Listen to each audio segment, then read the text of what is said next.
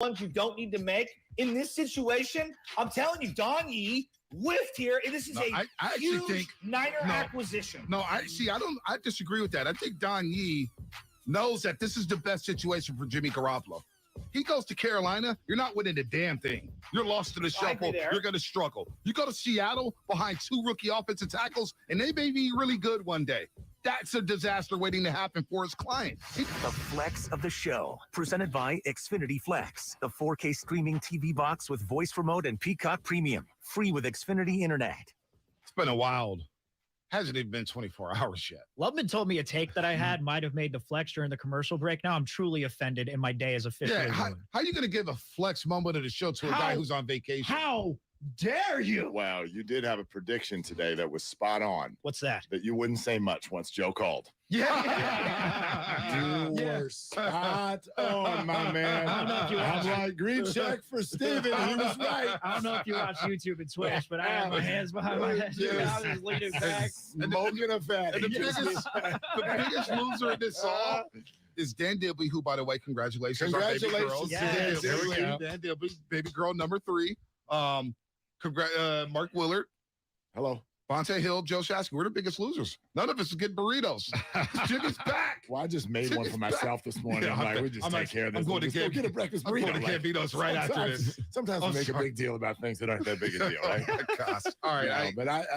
Go ahead. Let me just get the legal out the way, because we're probably going to take this to 27. You're listening to 95.7 to KKGFC FM. 11:27. Always live on the free Odyssey app. Download the Odyssey app and favorite 95.7 The Game for the best and most up-to-date sports coverage. Don't forget that you can also watch us every day on YouTube and Twitch. Just search 95.7 The Game and find us there. Like us, love us, hate us, whatever. Comment. We love your participation on YouTube and Twitch, and of course the Comcast Business text line. I got to applaud you, man. Dude, I got to applaud you. Why? Why is that? Because your particular show, okay? this has now been, I mean, from the moment I got here and beyond. You two have been at the head of get Jimmy the hell out the way. Like you wanted Trey Lance to start at the beginning last year. At one point, okay, I held the pom-poms for Jimmy Garoppolo. Yes. I held them as long as I could. I said, look, man, if Shanahan doesn't trust him, then move on. Yeah. Shanahan's flirting with every quarterback. Wow. Move on from this guy. Shanahan's trust to me is at the very base of this entire story in these 24 hours. But the way you're able to hold yourself through Joe's energy about how great this move is and seemingly believing that this was in some way strategic. And Larry and I, we're going to have an interesting show because we do not see what just happened the same way at all. And it's not about whether or not it's... Somebody predicted it yesterday. Well, you didn't predict it. Well, you said you would do it. I said I would do it. But I don't think they would do it. This was not their plan. Yeah, I don't think so They did this because nobody had a better option when you came down to 48 hours ago. And that is my understanding that this kind of came together over the last 2 days. You asked me yesterday what I would do. I told you what I would do. Right. And they did exactly what I told them, I said I would do. But you're missing why they did it. I think this is a huge problem. Not for the reason that you're going to bring up. It's great for every fan that the 49ers have the best backup in football. And they do. Well, how long will he be a backup? And so that's great. Yes, but this team's entire everything for 18 months has been about Trey Lance. And the 49ers, and it's still about Trey Lance. The 49ers just told you that after 18 months in 2022, top 5 quarterbacks do not get 8 years like Aaron Rodgers to sit and watch. They just told you. In Willard's world, Farhan has endless time, but Trey's got to make it happen right now. Stop. Boy, was that the biggest apples and oranges I've ever heard. NFL is different, though. It is different. It's a win-now league. This is a quarterback and a number 3 overall pick. The fact that we are acting like this in any way is not a major message that we're not sure about Trey. Lead story. We can talk about, it's brilliant. Now you got a good back. All true. I give it to you, Larry. You said it yesterday. It's a win-win. Why are you so upset about a win-win? And I told you yesterday that on paper, I totally agree with you. However, the underlying here is what matters. The 49ers aren't sure about Trey. That's a problem. That's not a problem. That's to be expected. That is a 5-year problem. I totally disagree. Wow. First of all, the reason Jimmy wasn't good enough was because look at the last 20 years in the NFL. There's really only been 2 Jimmys that have won the Super Bowl. Brad Johnson and Nick Foles. That's it. Dilfer. In the last 20 years. I'm saying. 20. Okay. Yeah, that's more than 20. That's more than 20. Damn, Dilfer, what was that? 99? Seriously. Yeah, now Foles I gotta do that. and Brad Right. Johnson, Okay. the only Jimmy-like category quarterbacks that have won the Super Bowl. I've always thought that was disrespectful to Jimmy, but go ahead. Okay, so that to me, he's better than those guys. okay, well, if you want to throw him in the category with Flacco and Eli Manning, if you want to throw him in That's that fine. category, okay, so then you got 4 guys in 20 years. So you got a 20% chance of winning a Super Bowl with Jimmy Garoppolo. I just think Kyle Shanahan and John Lynch wanted more than a 20% chance. And so they felt like they had to have a more dynamic quarterback, which is why they went after Trey. They happened to land on a quarterback because of circumstance and because of just the way things went that was incredibly inexperienced. And so they challenged themselves to develop this guy. And just because he has not developed to the point where we all know absolutely for sure that he's the guy. And by the way, do we know Trevor Lawrence is the guy? No. Do we know that Zach Wilson's the guy? No. Do we know Mac Jones is the guy? No. Do we know Justin Fields is the guy? No. Do we see any of those teams paying a high-level backup? But I'm just saying, you don't know with any young quarterback, and now you got a super raw quarterback, and just because we don't know for sure, and they are hedging. Mark, you're totally right. You're totally hedging, right? No But doubt. just because they're hedging doesn't mean it's an indictment on Trey. You think they're not concerned? I think they're totally concerned. No, I think they are. No, I think you're reading it wrong. Yeah, I'm not reading it that way. I think you're reading it kind of wrong. with you. I'm not reading it that way. He's had every day of the last year to tell them you don't need to worry about this position. But Mark, you're forgetting there's real people behind these helmets. Trent Williams is a real person. Forgetting that. He's a real person. So guess what? Trent Williams is the best player on this team. He's 34. You want to look him in the eye and say, Trent, we're not going to give away your age 34 campaign to develop a quarterback that 2 years from now is going to be good. No, we're going to take our best chance of winning this year. Now you're going to the space where I agree with you. So we got to stay out of that spot. Right. That's not my spot. Well, my spot is they're telling you that they're not sure about Trey.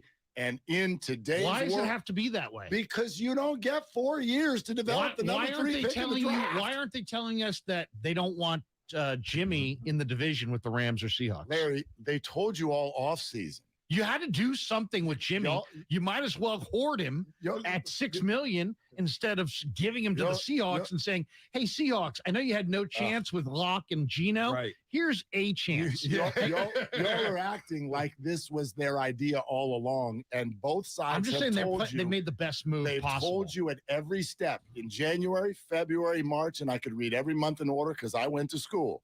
They told you every month, this is not what we want to do. It's not what Don Yee wanted. It's not what Jimmy wanted. It's not what the 49ers wanted. They had a press conference. See ya. It's been great. We're trading Jimmy. But what really happened here, Mark? All that happened is that a raw quarterback is a little bit more raw than they thought. All of a sudden, they did this, and everyone went, wow, what an idea. It's a great idea. It's not their idea.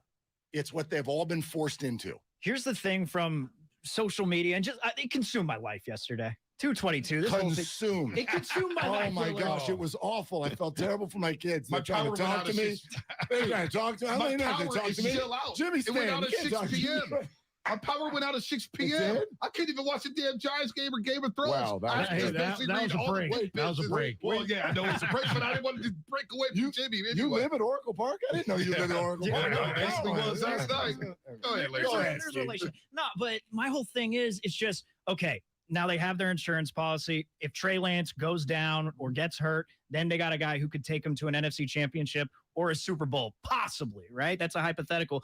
But they also said at the end, and then that backup quarterback who brings them to the NFC championship or Super Bowl, they're just going to let him walk in 2023. Right. I just don't think it's going to be that simple. Right. I don't think that's what's going to happen. What do you do next year if this all plays out in this safe way that you're all talking about over the last 20 minutes? Everybody, now it's safe. Oh, is it? Because so Jimmy's going to come in and take the 49ers to the playoffs. Trey's going to watch him do it. And now what? Now, my we're biggest gonna do thing this is again next year. You're We're assuming going it. to do this Yeah. again. You're assuming an I'm awful not lot. assuming Real that. quick, That's the Willard. scenario you guys Here's are my bringing biggest up. thing. Let's just be honest here. The quarterback position under Lynch and Shanahan, they fumbled it. They may have the right guy, but they have not. This position, starting in the 2017 NFL draft, when you had 2 generational quarterbacks on the board that were mobile, that were the new wave of the NFL, that was, hey, these guys they can run, they can pass, they can throw it deep, they can do all those things. They passed that up and pivoted that same year to saying, oh, snap, we need a quarterback because we realized Kirk Cousins wasn't going to be available. This is an indictment on them. Now, Jimmy Garoppolo being back, Donnie and company realized, yes, this is the best situation for them. And the Niners are like, well, we just watched Brock Purdy and Nate Sudfeld all offseason, all training camp. Trey gets hurt. This ain't the answer. We're back in 2018 again, winning 4 games and having a top 5 pick with the Super Bowl roster. Not only that with the Trey Lance, I don't think it's an indictment on him not being ready. I think people are really nervous. Oh, he's a second-year unproven quarterback. Mark, if the Niners would have lost another game last year, he was going to start. Trey Lance was in the sweepstakes to start last season. Right, so I don't believe all these people who say he's not ready. Because the season was going to be over. So you might as well. I think you're totally overreacting, Mark. Same thing the Giants are about to do in September. Why not? Let's put our young guys in there. Let's get some experience. So, Mark, let me check. what's he going to do? Hold on. I want to respond to the surgery to the shoulder. We got 3 hours. We get 2 hours in. I want to check one word that you used when you said that Don Yee and Jimmy Garoppolo said this is the best situation. No, it's the only situation. Now it is. It is. Larry, this is a leverage game. These two sides both told you for 8 months they didn't want this. So let's look at why. Jimmy Garoppolo and Don Yee had no other offers, and the 49ers aren't sure that they've got their guy. So when those two facts come together, this is what you do. You guys are acting like they wanted this. Wait, I don't agree. Hold on, Larry. One quick point. We had this conversation all offseason. When the season was over, Mark, you, Dibs, Shasky, and I. And I was like, I don't believe Cleveland's an option for him. I don't think Cleveland wants him. Imagine Jimmy Garoppolo throwing the football in that weather in late November or December and trying to throw deep in that division with Pittsburgh, Baltimore, and the Bengals.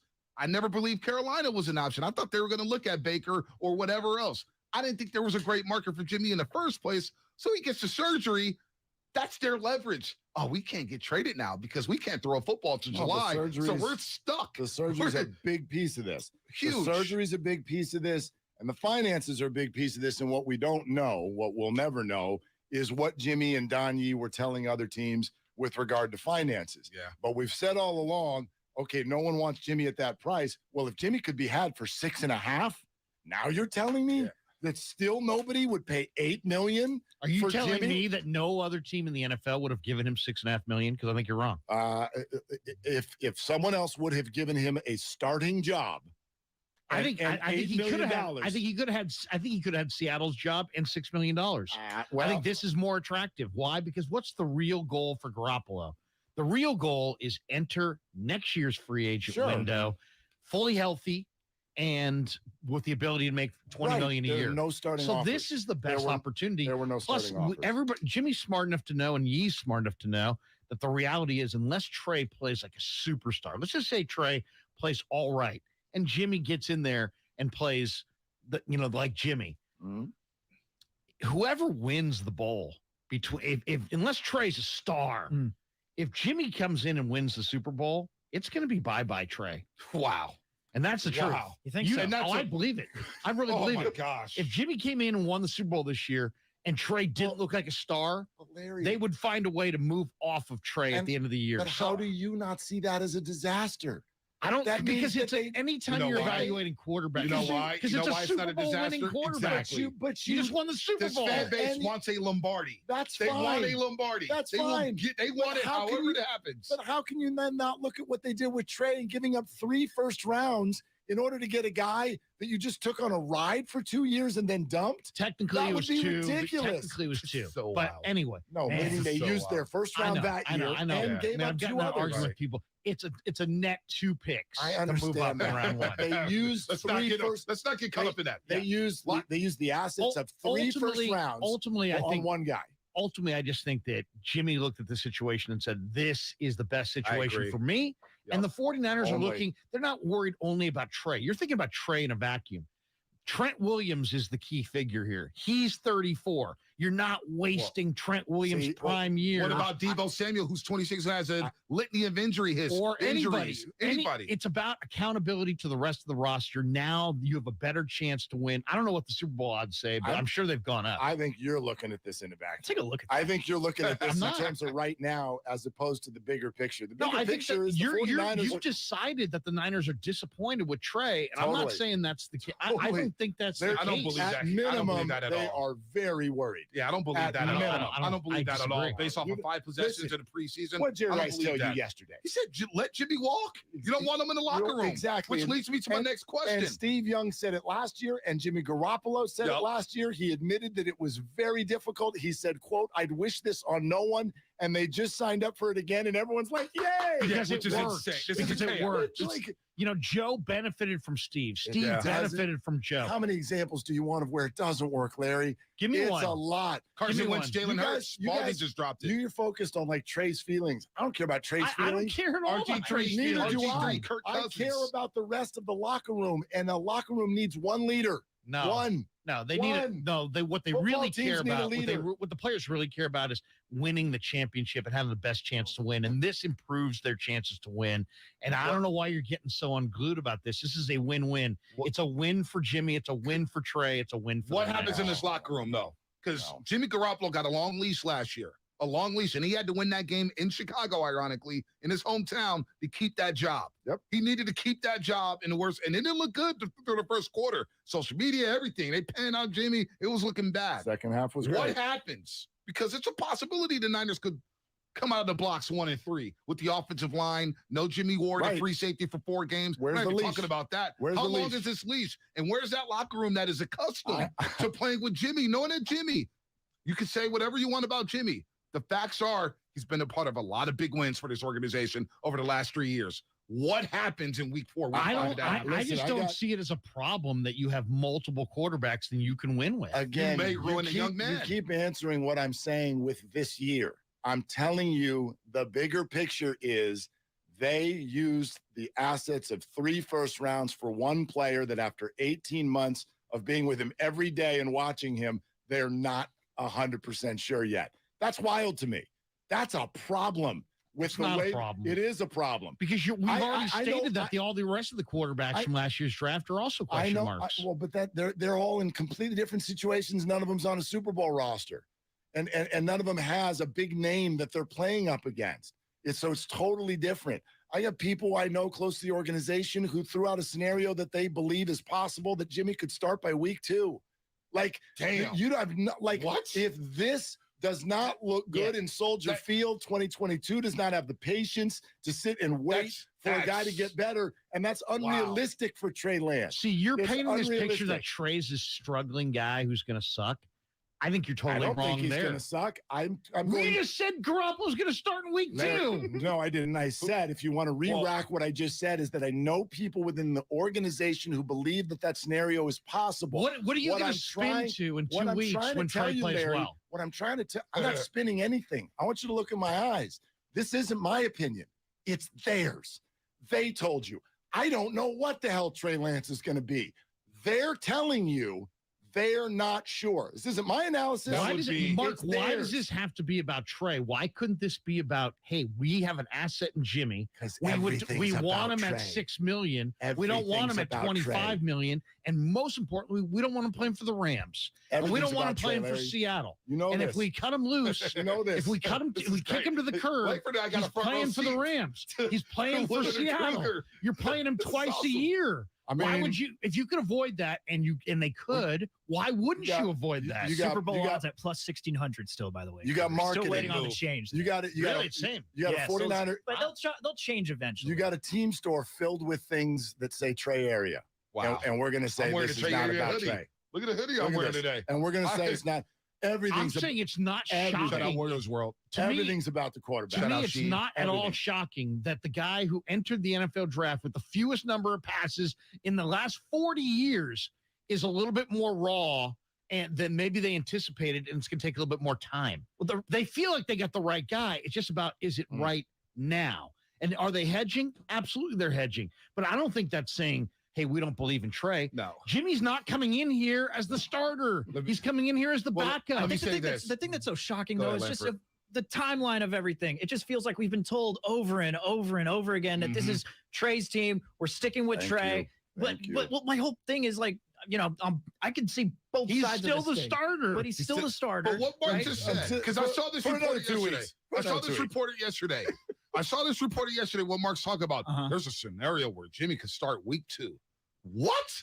If that happens, I'm going to blow a gasket. Wow. And that's on the scouting department. That's on John Lynch. That's on Kyle Shanahan. And that's a disservice to Trey Lance. I don't give a damn. I know it's a business, and it's a dirty business. You mean to tell me that Trey's been that bad that Jimmy can start week 2 against the Seahawks at home for the home opener? You imagine that Jimmy running out of tunnels? That would be insane. I'm not in favor of that either. But here's the deal: you guys have to understand what the world just signed up for.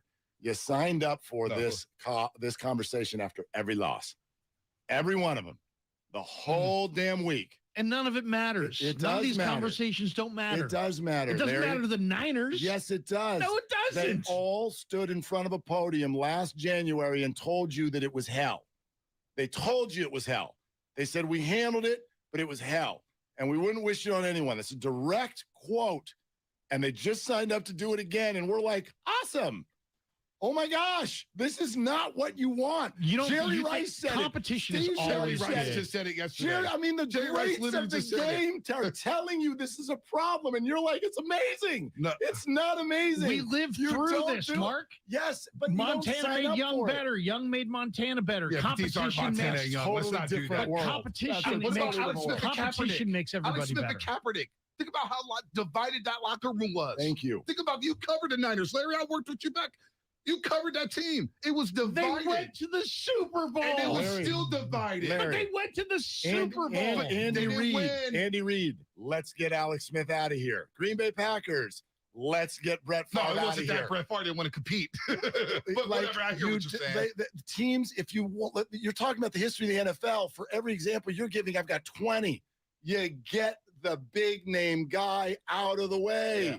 Get him out of the way. It's an absolute cloud. And everybody, you're reading into this that this is some kind of statement by the 49ers that Trey can't do the job. I'm glad you and I think heard that's wrong. Well, Joe Montana, this whole thing, because I quoted Matt yesterday just to have some fun. When I said, if you got 2 quarterbacks, you don't have one. And that quote about that, everybody keeps saying, well, Steve Young and Joe Montana, hold my beer. Joe Montana won 3 Super Bowls. 3 Super Bowls. What Bill Walsh was doing was unprecedented. Hell, Bill Walsh tried to trade Montana for Elway after winning the Super Bowl. So this is not, to me, this is not comparable to Steve and Joe. Joe is a winner in this town for the first time. By the way, Joe is still mad at the 49 organization today because of this. And you know what? And he's wearing a Chiefs jersey in the middle of the Super Bowl. Nobody really cares. Yes, we do, actually. Nobody cares. All that mattered is that Joe won 2 and Steve won 1. I totally care that Joe Montana a lot higher in this market. You could come on. We love Steve Young a lot more than Montana. He brought 4 Lombardis here. First of all, I think that premise is wrong too. Come on. People in the Bay Area love Steve Young more than they love Joe Montana. Oh, I do. Montana, he didn't show up to the last game of Candlestick. He didn't show up to the last game of Candlestick. But Bonte, come on. You watch the doc. Hardcore Niner fans don't love Joe Montana. Larry, you watch the doc, right? What? You watch the doc, right? The Peacock doc. Yes, and I talked to Steve Young after every one of them. But what about Joe? Like, you can feel it. He is still angry. Joe's got some of the Jordan competitive vibes that he just can't, let it go. But you know what? It's still Steve made Joe better. Joe made Steve better. Competition is what this whole country is founded on. I don't know if Steve made Joe seriously better. Competition is time when he arrived. Believe me, everybody's better when there's competition. And I don't look at this as Trey can't do it. I'm just saying, I said it to you yesterday. It's not going to be a straight line, from first start to the Hall of Fame. There's going to be bumps in the road. It's a learning process. You took the rawest quarterback, and now you're expecting him to deliver right away. And when he doesn't deliver right away, suddenly he sucks. And you know what? I think your premise is wrong. I've been watching him all summer. I think Trey's going to be damn good. And I think your premise is wrong, which is that if you took a guy who needs 3 years to be ready, you took the wrong dude. But you can't Mark, do why that. is this about Trey specifically and not about Jimmy, the asset, and not wanting to wind up with the Rams or the Seahawks in your division? You know who was right about all this? I don't think it's about that. Ted York.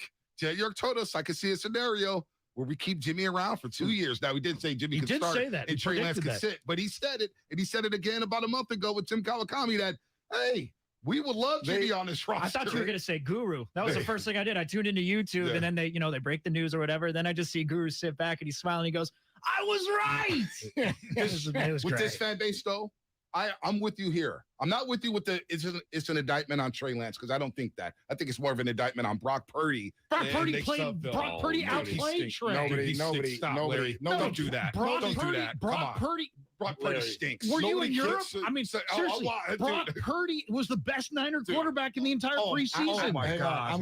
I'm glad you guys brought this up. He outplayed the other guys. I'm glad you guys brought this up. Threes, and he stinks. Wait a minute. He's a clipboard holder. I'm glad you brought this up for this reason. He played great. Larry, in the NFL, go around. There's a reason you only pay $2 to $3 million for your backup quarterback, because you actually don't care. you don't care. And so I'm glad you brought up Brock Purdy. If your quarterback's I'm healthy. glad you brought up Brock Purdy, because first of all, I couldn't give a rip now what happens between Brock Purdy and Nate Sudfeld. They can both do whatever the heck they want with the rest of their lives, and it underlies the point. You don't make a big deal at the backup quarterback position. In some respects, it's why Colin Kaepernick never got back into the NFL. Racism is reason one, but reason two is you don't want to create a thing in your backup quarterback. That's not what NFL teams do. It's not what they've done for years and years and years. So to think again that this is just going to be easy peasy. It's going to be chaotic. My gosh, it's not. It's going to just be not. chaotic. The Niners as an organization have shown, Shanahan has shown, Lynch has shown, the players have shown, they can handle this. Where is the aggressive tweet or reaction from any player in the last 24 hours to any of this that would incite any conversation at all? They're too professional for that. Right, because it doesn't matter. But you this can is handle a broken ankle. This is a great radio station, but guess what? It ain't on in the Niner locker room, and they don't care. They don't care. I disagree. They don't care what the paper says. They don't care what the radio says. They don't care. They really don't. So you don't know about Draymond Green a couple weeks ago, the noise around the game. Players listen. I'm just saying the noise around the game. We like to think we impact things. We don't. We don't. It's just noise. It's just talk. It is noise, just fodder. but the players pay attention to what we're saying. There's no doubt. I mean, you must not have been at the World Championship parade where they pulled out a piece of paper and they're like, on May 1st, Bob's from Las Gatos. There's a big difference between Draymond Green and the typical player in the Niner locker room. I've been in that locker room, and they ain't talking about radio, and they ain't talking about media. Javi Lopez, literally, when I was a young up-and-comer in that Giants clubhouse, and I talked to him, he said, hey, by the way, you sounded good yesterday. I was like, wait, you listen? Because we all listen. He told me. Javi Lopez told me. I'm not saying they don't listen. I'm just saying that they're not living and dying. No, I'm just saying they're not taking it in any way to heart. They're not. This just doesn't impact them in the slightest. They don't take it to heart so they can throw it back at you. They're humans, and yes, it does. It's going to be fun. More times than not, these guys aren't listening. They're just somebody they hear it secondhand through their girlfriend or wife. We got something on which we can all agree. The 49ers have released Willie Snead. I thought I'd break that news as well. Without Willie Snead, Brock Purdy's got a touchdown. Oh, my gosh. And Bonte, you got to watch Brock Purdy closer. I watched him a lot at Iowa State. Well. I watched him a lot at Iowa State. I know enough about Brock. Go pull up the Iowa game from last year. Then you know that he was fifth in the nation. He completed 70% of his passes. In that Iowa he had game. better career stats. He played in the Big 12, Larry. I know. He had better numbers in college than Jimmy Garoppolo against better competition. Big 12. You're playing Kansas. Jimmy played in the FCS. Oklahoma State. Gotta go. Come on. All right, we got to go. Krueger and Willard, we can talk about Brock Purdy all night long. He's not good. I will die on that hill. Cross Willard and Krueger. Brought to you by Cars for Kids. Jimmy Garoppolo and the 49ers have agreed to a restructured one-year contract that will keep the quarterback in San Francisco this season. It's been crazy, man. Just all the comebacks at Levi's, comebacks on the road, ups and downs. It's been a hell of a ride, guys. I love you guys. For all the breaking news, keep it locked on 95.7 The Game. Don't waste your time trying to sell your old car. Donate it to Cars for Kids. It's the easiest and fastest way to donate your car and get a tax deduction. Donate online at carsforkids.org. That's cars with a K. 1-877 Cars for Kids. Donate your car today. Bart is turning 50, and we'd love to celebrate with you. Get 50% off of your ride in honor of Bart's 50 years of service to the Bay Area when you pay with Clipper. That's 50% off Clipper Bart fares for the entire month of September. Add Clipper to your digital wallet for free. If you're eligible for other Clipper discounts like youth or senior fares, you get to take an additional 50% off of those too. Details at bart.gov/50 years. Celebrate Bart's 50 years of service with us this September. Let's go. Kirby is your driveway mechanic. They bring the shop to you with brake and tire replacements, oil changes, and much more. It's the ultimate convenience, easy booking, transparent pricing, on-time arrivals, and service right in your driveway. No waiting rooms and direct access to your mechanic with friendly and reliable service. No middleman or upsells. They're so sure you'll love the convenience. Take $50 off your first oil change with code OIL50 at Kirby.com. That's CURBEE.com and use code OIL50. Kirby, your driveway mechanic. Ever since I got the new Galaxy Z Flip 4, I've been learning all these new tricks with my dog Finn. Like how to take the best selfies at the park. I just set my phone down, put it in flex mode, and capture hands-free pics from multiple angles. Aww. Or how to capture our training sessions for his followers. I simply wave my hand to start recording video. Good boy! Plus, the Z Flip 4 is compact and fits perfectly in my pocket. Oh, wow. Visit Samsung.com today to get the new Galaxy Z Flip 4. O'Reilly. Stay cool this summer with AC Pro and O'Reilly Auto Parts. Right now, get a $15 O'Reilly Auto Parts gift card after mail-in rebate with the purchase of select AC Pro ready-to-use refrigerant products that include a hose and gauge. Beat the heat before you hit the road with AC Pro at your local O'Reilly Auto Parts store. O'Reilly Auto Parts. If you own a business, this has been a bumpy ride. From pandemic to inflation, I'm sure you could use a break. If your business has 5 or more employees and survived COVID, you may be eligible to receive a payroll tax refund of up to $26,000 per employee. The challenge is getting your hands on it. Hi, I'm Howard Mackler, and that's why I founded GetRefunds.com to cut through the red tape and get you the money. The team of tax attorneys we have put together are highly trained in this little-known payroll tax refund program. We do all the work, charge not a dime up front, and simply share a percentage of the cash that we get for you. Businesses of all types can qualify, including those that took PPP, nonprofits, and even those that had increases in sales. We have helped return over $1 billion to businesses, and we can help you too. Just go to getrefunds.com, click on Qualify Me, and answer a few questions. This payroll tax refund is only available for a limited period of time. Don't lose out on up to $26,000 per employee. Go to getrefunds.com. That's getrefunds.com. Why do we find popping bubble wrap so satisfying? Why do we say boop when we touch somebody's nose? Boop? Why do we turn anything and everything into drums? Honey, I need those pots to start dinner. Why do we sing in the shower? I'm taking a shower. And outside the shower. This conference call is boring. Rick, you are not on mute. Why? For the same reason we play scratchers from the California Lottery. Because a little play can make your day. Please play responsibly. Must be 18 years or older to purchase, play, or claim. The following is an attorney advertisement. If you get sidelined by a workplace injury, the workers' compensation attorneys at Boxer and Gerson can help get you back in the game. Our team of skilled attorneys will fight by your side for the treatment and compensation you deserve. We care about justice for injured workers. That's what makes us Northern California's premier workers' comp law firm. Call Boxer and Gerson at 510-345-2341 or visit boxerlaw.com for a free consultation. Boxer and Gerson, your life is worth the fight.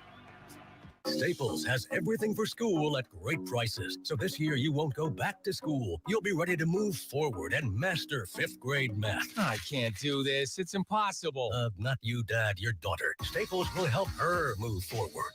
Right. Right now, Staples comp books and number 2 pencils are just 50 cents each. Plus, 2 pocket paper folders are only 25 cents each. Everything on your list at amazing prices. Staples, we're not going back. We're going forward to school. Ends 9/3 and store only, limit 30.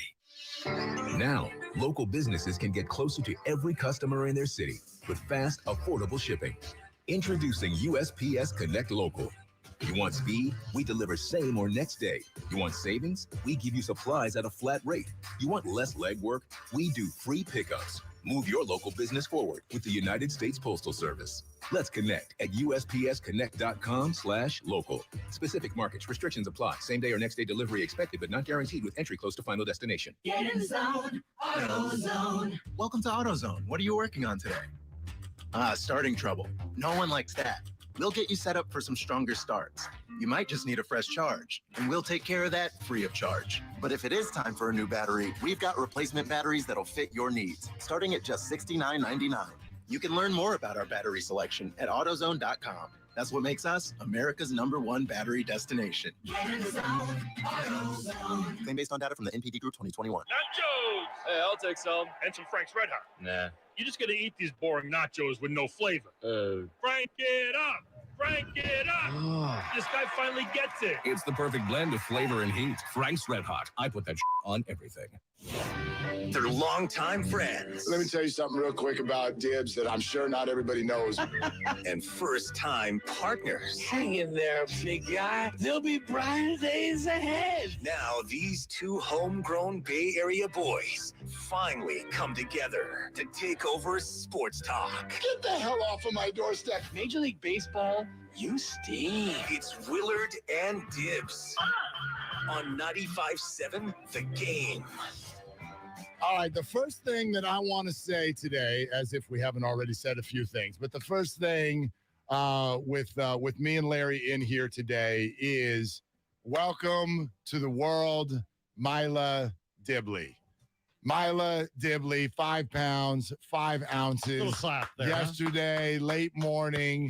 And that's right. Yeah, we're thinking about you, Dibs. And a new Dibley has joined the world. Oh, man. And she will be QB3 for the 49ers this year. Babies are beautiful. And lots I got a little picture on my phone yesterday afternoon. Lots and lots of work. She's beautiful. Yeah, no, he's got... Don't touch that. He's got his work cut out for him for the next 18 years of his remember life. the foam corners that you put on the counters so they bumped into the counters? You know, it's so funny. As the little plugs for the outlets. You forget everything. You got to baby-proof your whole freaking world. If you're a parent, you forget everything. Like all it takes, because I have a son who's 8. It hasn't been that many years. Right. But like you go back into a house where there's a baby or a toddler and you're just like, oh gosh, I completely forget all of the stuff. Like you can't take a shower without right? You got to put the baby in that little bouncy chair right next to the shower. Has a little reverb to it. You can't leave them, not for a second. And it's just like, oh my gosh. God bless you, man. God bless you. And congratulations. Welcome to the world, Mila Dibley. There you go. All right. Good luck to the Dibley Foundation. Now we can scream about the 49er quarterback position for the next 3 hours. Now we can. And by the way, let's not let it be lost that it's also cut down day. Yes. And so get the breaking news sounder ready, guys, because there will be pieces of information that are coming in. They're already coming, some right? Good stuff. Willie Snead. There's one of the other receivers. Was it Marcus Johnson, I think? Marcus Johnson. Yeah. I saw Jordan Mills got cut. Was also released. The big move I saw this morning, C.J. Gardner-Johnson traded by the Saints to the Eagles. Hey, are we sleeping on Philly when we talk about the NFC watch teams? Watch out for Philly. Are we sleeping on them? I think so. Yeah. I love C.J. Gardner-Johnson. That's an interesting roster that has had an aggressive offseason, I would say, right? Kellen Mond got cut today by the Vikings. Well, that's not surprising. A 3rd-round pick. Well, seriously, it was like 2 picks in front of Trey Sermon. I know, but Trey Sermon may get cut today. He could. I would vote that he's probably not going to, but he could.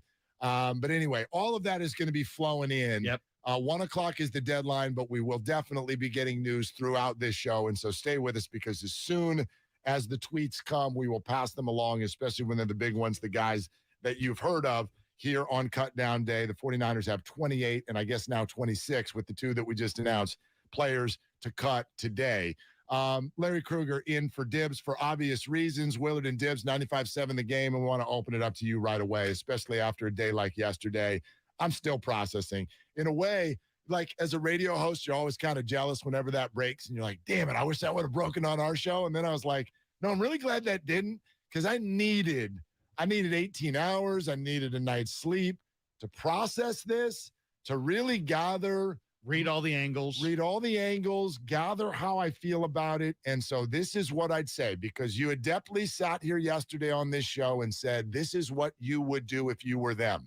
And my response was, well, I don't even know, like, if the other side would agree to that. Well, now we know. And you also brought up the locker room, just, all the media circus that obviously is going to come. To show it's going to come. And you said, don't worry about Trey's feelings. And I got to my point where I'm like, yeah, it's not about Trey's feelings.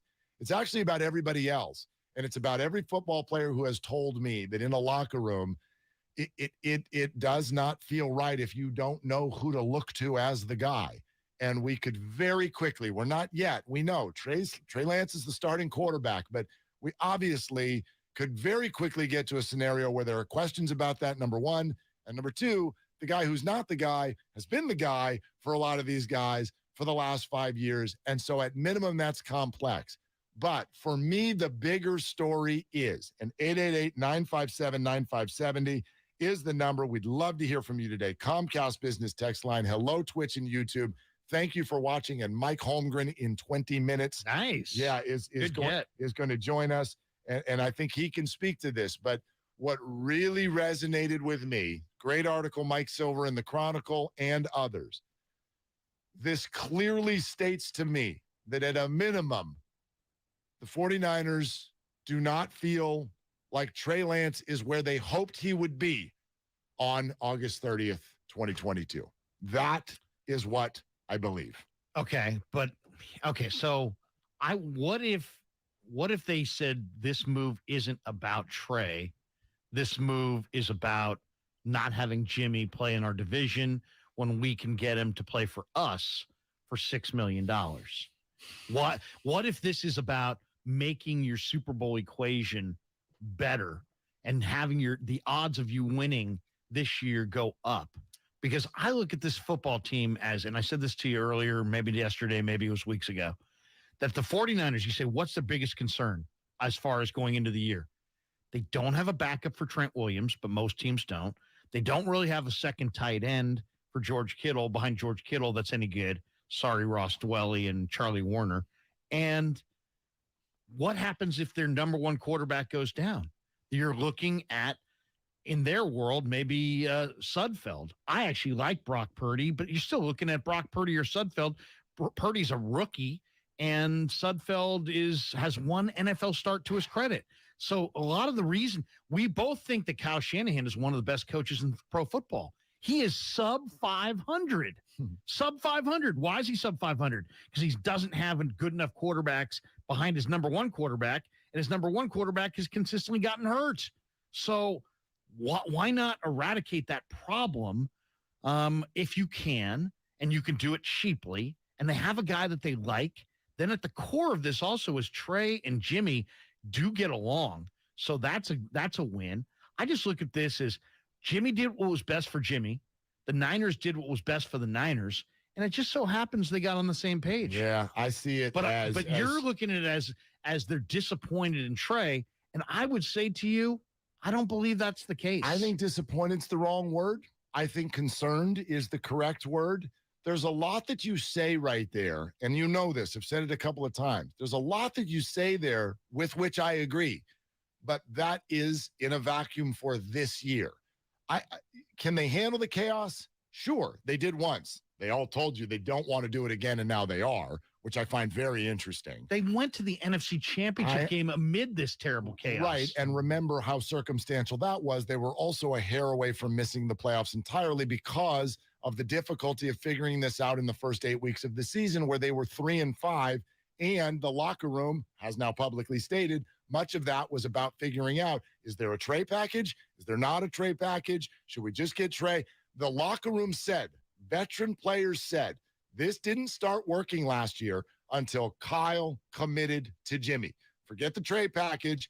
Kyle commit to Jimmy, because you need to be all in on your starting quarterback in the NFL. You have to be. No one else does it this way. And so all my point is you're not wrong with regard to the idea that this makes them deeper this year.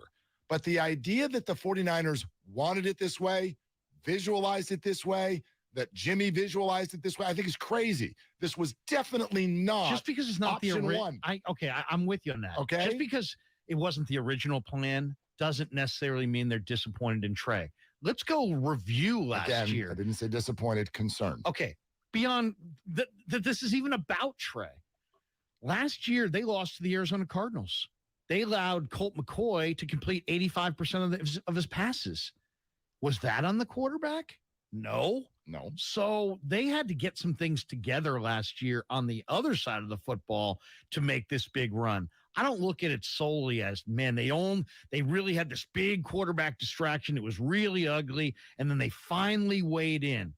Now, there are examples in NFL history of that. We're going to talk to a guy in 20 minutes, 15 minutes, Mike Holmgren, who went to Bill Walsh and told Bill Walsh, you know what? Right now, this team doesn't have an identity because they don't know if they should back Steve or Joe. You have to make a call. And Walsh said, you're right. He thought about it. He said, I'm going with Joe. And the Niners took off from there.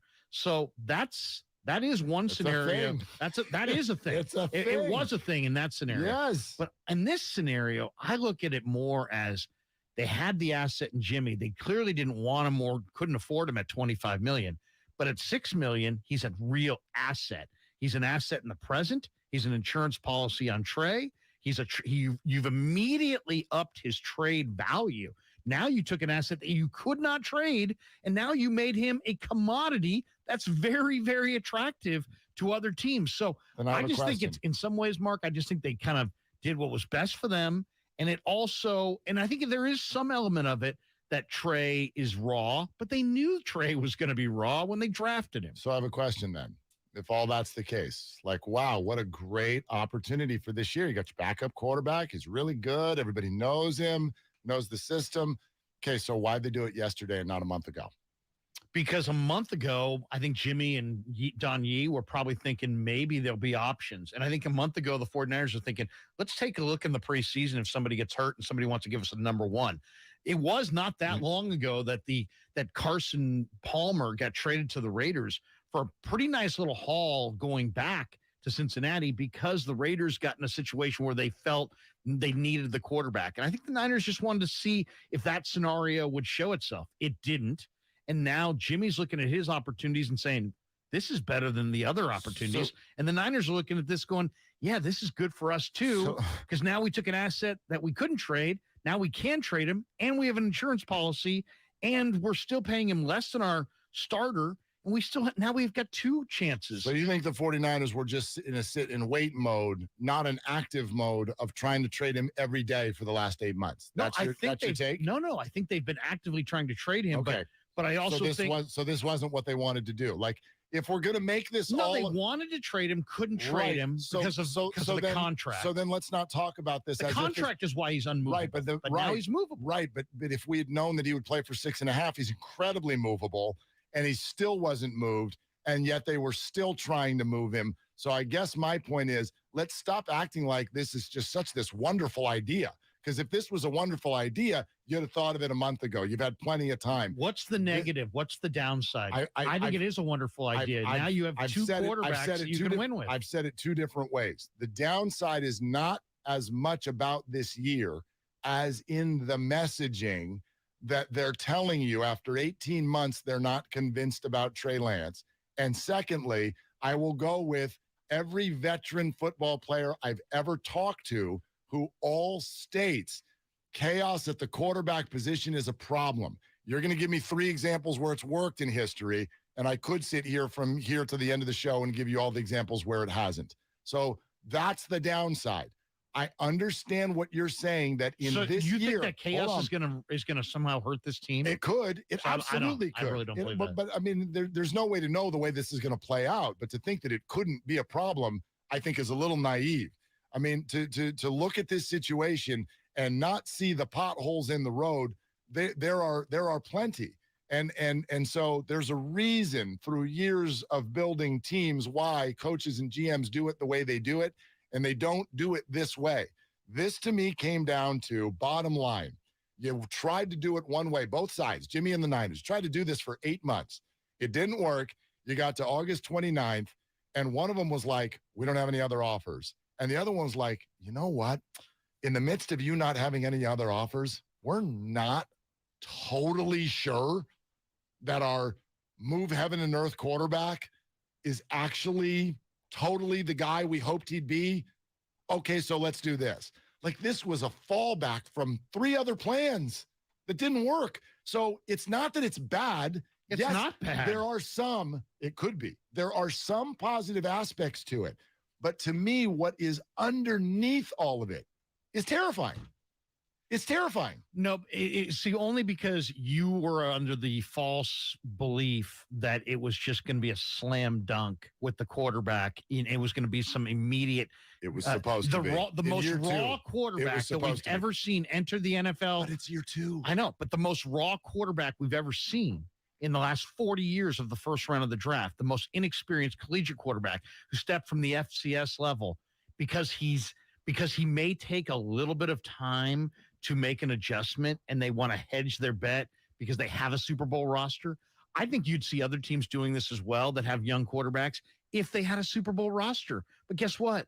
The Jets don't. It rarely happens. And the Bears don't. It rarely and happens. The Jags don't. And the Texans don't. So that's why you're not seeing those teams look for another option. But the Niners do. And so the Niners have a championship caliber roster. Those are not just names. Those are people. And since you have to see Trent Williams, it would be nice if you're John Lynch to be able to say, hey, Trent, we're doing everything in our power, big boy, to get you that ring. And, now we got a better chance. I mean, you got to remember this, that makes it sound like you're starting Jimmy. Like, that makes it sound like you're already starting him. It's the possibility. They both quarterbacks had to play. Niner quarterbacks have gotten hurt a lot in recent years. Right, and but Trent's been there for it. But that's an if. That's an if that happens. But it actually more often than not doesn't. Like, quarterbacks can make it through a season. And most it's NFL teams every year in the last 5 for the 49ers. Right, that's Jimmy. And actually, no, it hasn't happened every year. He was healthy the year they went to the Super Bowl, and he was largely healthy outside of 2 games last year. So, like, if I go to the Chiefs, if I go to the Chargers, if I go to the Bills, the Packers, the Bucks, none of them are thinking, boy, really need some good stuff at backup quarterback. They don't, because they would gladly take Jimmy Garoppolo as a backup quarterback. They're all, yes, in a different circumstance. You're really missing context, I believe. This is Jimmy freaking Garoppolo. It's been the quarterback, the leader for these guys for the last 5 years. Now you're asking all of them to flip the switch and just be like, no. Now he's not. They were both on the roster last year, and they handled it. In very different circumstances, and they told you at the end of the year. How's it so different? Because the other one was the starter. Right, but they're still competing. They both told you at the end of the year they hated it. They told you how hard it was. First of all, why would you sign up for it again? Was last year successful? Yes, they made it to the NFC Championship I know, game. but so circumstantial. They needed a miracle comeback in the fourth quarter, week 18. Listen to Jimmy at the end of the year last year. He was really cool. He was down to earth.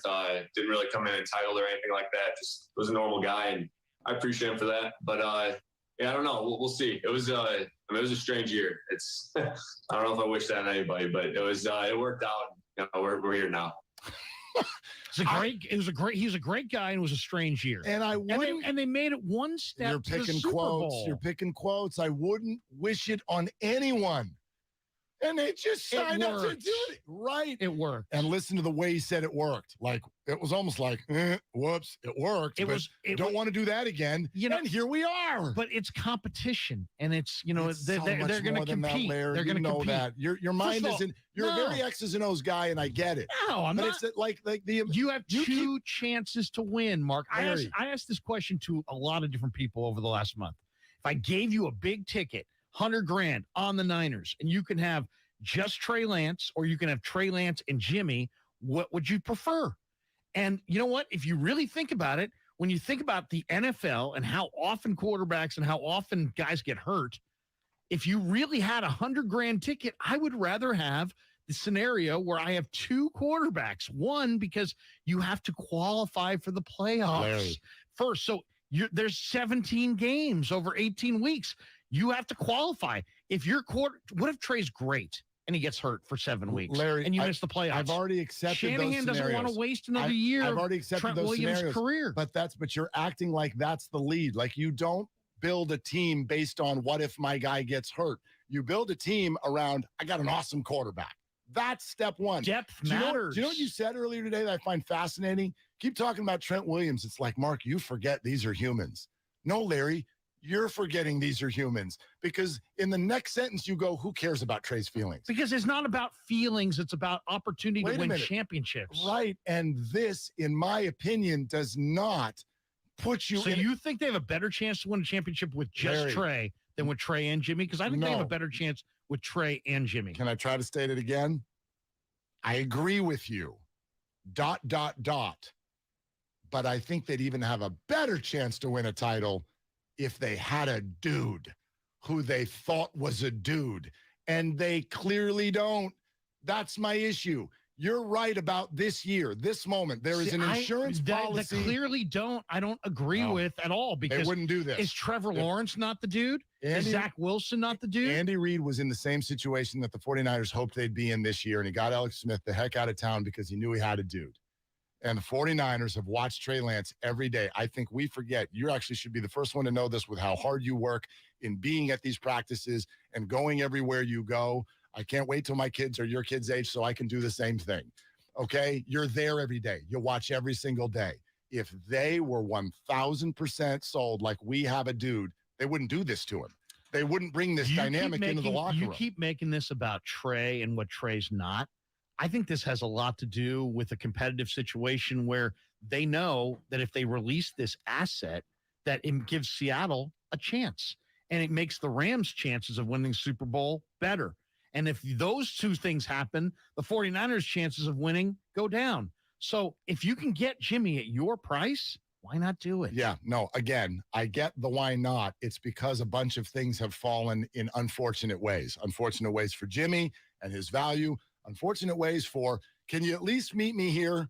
Trey's not today what they hoped he would be. I totally disagree with that. Okay. Mark, okay. He's completed a good percentage of his passes in the preseason. He's looked pretty good in camp. All right, let's get Mike Holmgren in here. We'll get your calls, 888-957-9570. This breaking news on the roster, two names that might surprise you. Jason Poe and JaMychal Hasty released today by the San Francisco 49ers. That's probably really good news for Trey Sermon. Yeah. And it's interesting news on the offensive line. I'd love to get your response to that here in a little bit. But Mike Holmgren joins us next. It's Willard and Dibbs. Larry's in for Dibbs 95.7 again. It's unbelievable news for the 49ers. Jimmy G is staying in the Bay. Jimmy Garoppolo's situation has come to a resolution, at least for now. Jimmy Garoppolo and the 49ers agreed to restructure a one-year contract that will keep Garoppolo in San Francisco this season. What the F is going on? Keep it locked right here on 95.7 The Game. Hey, Becky, what about this beat for your next song? It's cool, but I'm into faster stuff lately, like Xfinity that gives me beyond gig speeds. Got it. What about this then?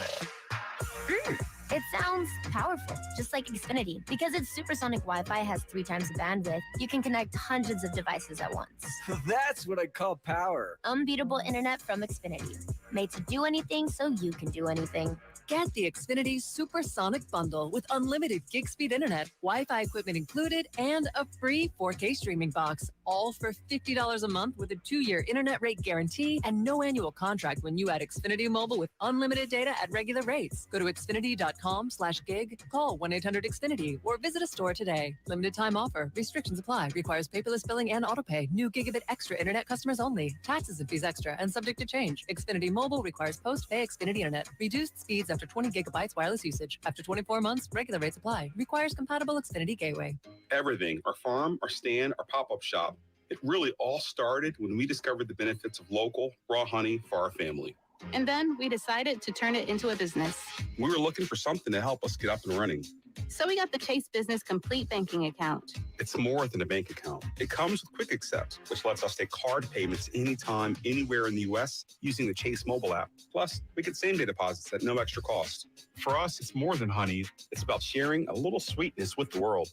Get the Chase Business Complete Banking Account with the essentials you need to help get your business going. Learn more at chase.com/business-complete-banking. Chase for business. Make more of what's yours. Quick Accept is not available in U.S. territories. Enrollment required. Usage subject to approval. Same-day deposits available for payments before 8 p.m. Eastern Time, Sunday to Friday. Fees and rates apply for checking and processing. Limitations and restrictions apply. Participants compensated. Merchant services provided by Payment Tech LLC and WePay Inc. Subsidiaries of J.P. Morgan Chase Bank and a member FDIC. Breathe new life into life at home with IKEA Festival. 10 topics, one purpose, to get more out of the homes we love. What are you passionate about? Art, dance, music, food, fur babies?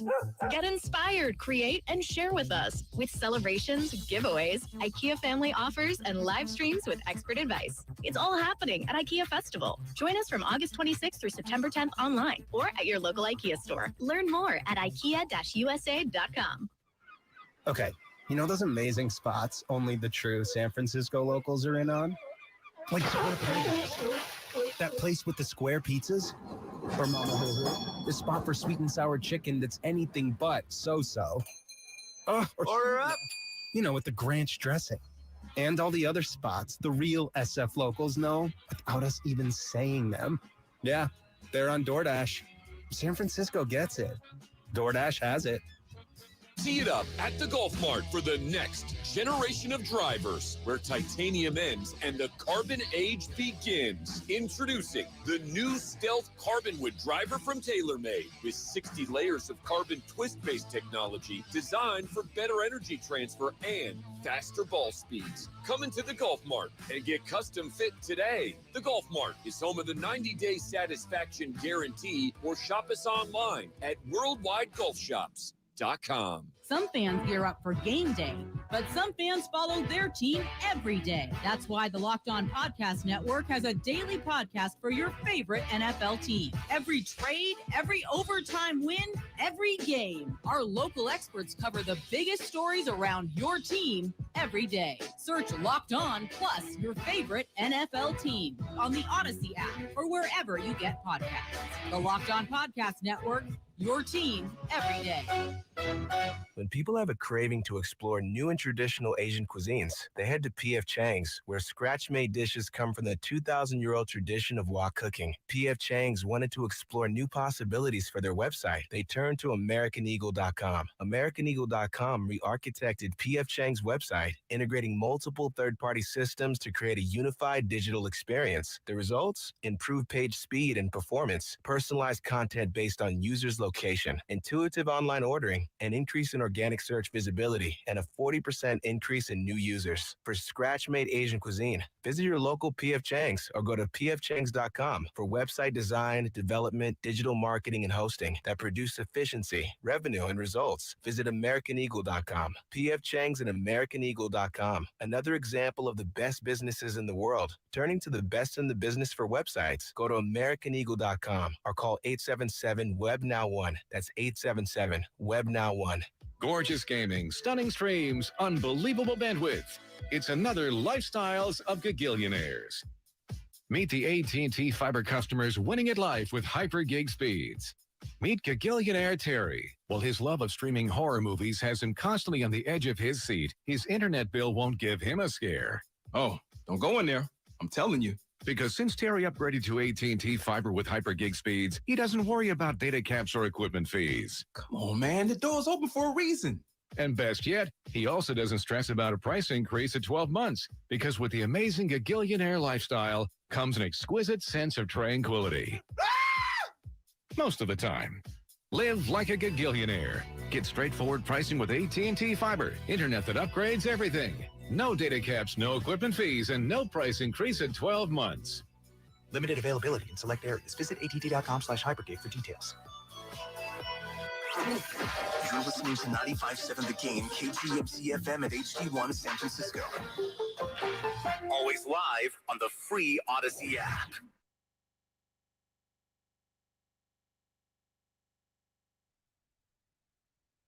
Now, back to Willard and Dibbs on 95.7 The Game. All right. The show in between the show, as I've always said, is always better. Is always better. If you think we're getting hot during the show, you should see what the commercial breaks are like. By the way, real quick, because I think Mike Holmgren is just about ready to go, and I cannot wait to talk to the coach. JaMychal Hasty, you good with that? Does it mean Trey Sermon is staying? Yeah, it definitely means Trey Sermon is staying. And I'm not okay with that. But, at this point, the Niners are stacked. They're stacked at running back, wide receiver, D-line. They're going to cut running backs, wide receivers, and D-linemen that are going to play in this league. Hasty, I think, is the smartest cut because I think he is the running back that's most likely to slip through the waivers. Yeah, it's a little surprising the trades haven't come down because of how stacked they are to position. There will be one today. Right, yeah, I think there will be two. All right, let's get the former coach in here. And first and foremost, with Mark Willard, Larry Krueger, 95.7 The Game, Mike Holmgren joins us. And before we dive deep into two quarterbacks and one locker room, how you doing, Coach? I bet people would love to hear what you're up to. I'm doing great, guys. Good to talk with you. No, I'm retired. I do a little radio stuff.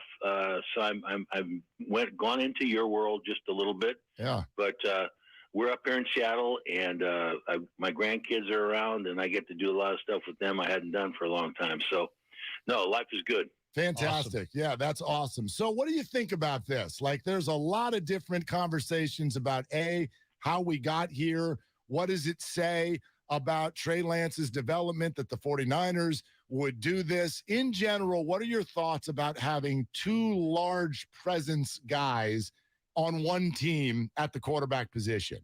Well, you guys know that when I was with the 49ers, we had Joe Montana and Steve Young, so it couldn't get any bigger than that. Right. But I think, the whole thing is, I think they wanted to go with Trey Lance. You draft someone in the first round, that's going to be you're telling your fans and you're telling everyone, he's going to be the guy. Now, it might take a season, maybe a little bit more in the season to get him ready, like Aaron Rodgers when he was following Favre in Green Bay. But you are making that statement. Now, the thing is, I think what jammed up the works on this thing was when Jimmy got hurt and he had surgery, and so in the off season, people were a little wary, and they also realized the 49ers were in a tough spot because they said they were going to go with Trey Lance. So the trade idea, people just waited out, and now the people who really wanted him and waited it out, now the 49ers pull this one, and it's I think it's a good thing for the outcome of the football team. However, it is a little complicated because what happens when Trey Lance, let's say he starts out the season and he's not playing well, and then what do the fans do? What does the organization do? You run into those types of situations, and that's not good for your football team. Coach, I'm so glad we're having you on today because I think you're, a perfect guy to talk to. I mean, you coach quarterbacks for years. Steve Young swore by you. Joe Montana the same. I think your credentials are well established. When you see Trey Lance, the player, and you see his throwing mechanics, you see everything about him. Give us your professional evaluation. I mean, I know he's considered to be raw. There's a lot to work on. What do you see when you see him? Well, that's what I see. I see a young man who's physically very, very talented, but has a ways to go. When you look at, he has not played a lot of football in games, going back to his college days. So there is a learning curve when you come into the league. Now, physically, he'll get out of jams by running. Then you worry about him getting hurt and things like that. But, it's going to take some time for him to hit his stride, I think. But, they got a great coaching staff there. Kyle's as good a quarterback coach as there is. And so they'll get the most out of him. But it's going to be a little hit and miss in the beginning, I think. And then people have to be patient because they're going to get restless because the 49ers do have a good football team.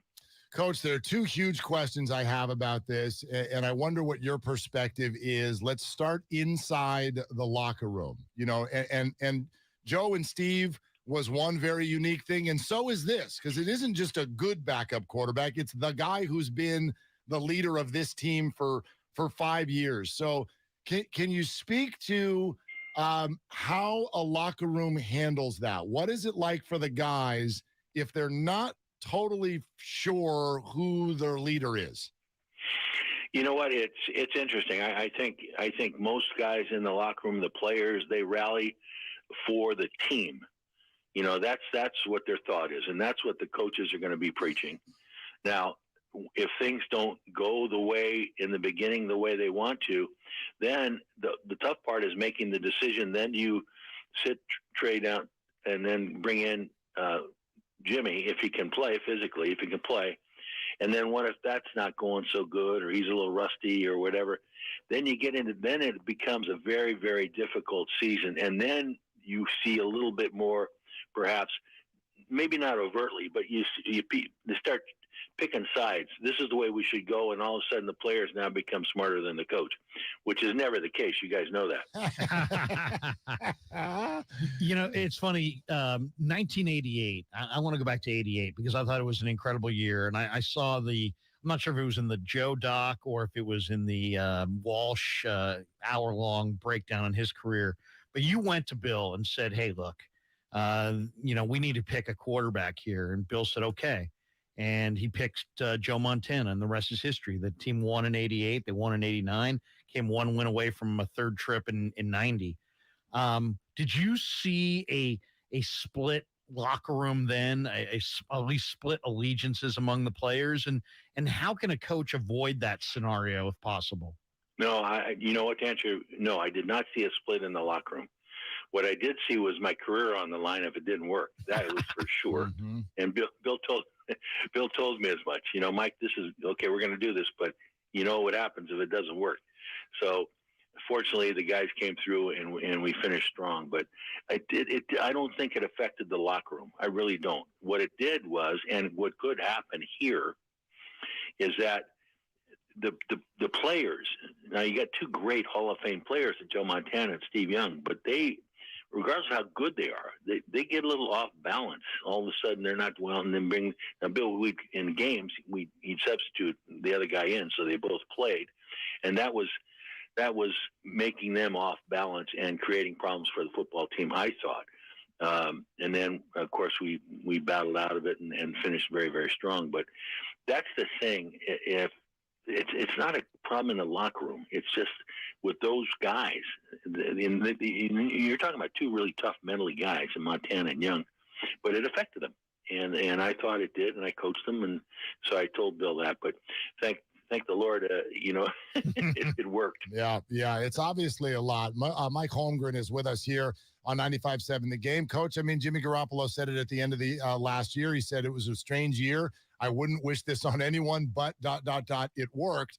But now they've signed up for it again. And I guess that's my big question here is that if you sign up for this again, when it was clear that both sides wanted to do it a different way, I take that as at least some level of concern that Trey is not where they wanted him to be on this day. Do you think the 49ers would do this if they didn't have a little bit of concern about Trey? Well, I think that's fair. I don't know for sure, but I think that's fair. I think more importantly that, when they couldn't trade him and get which I assume the hope was not only to trade him, but to get a quarterback from the other.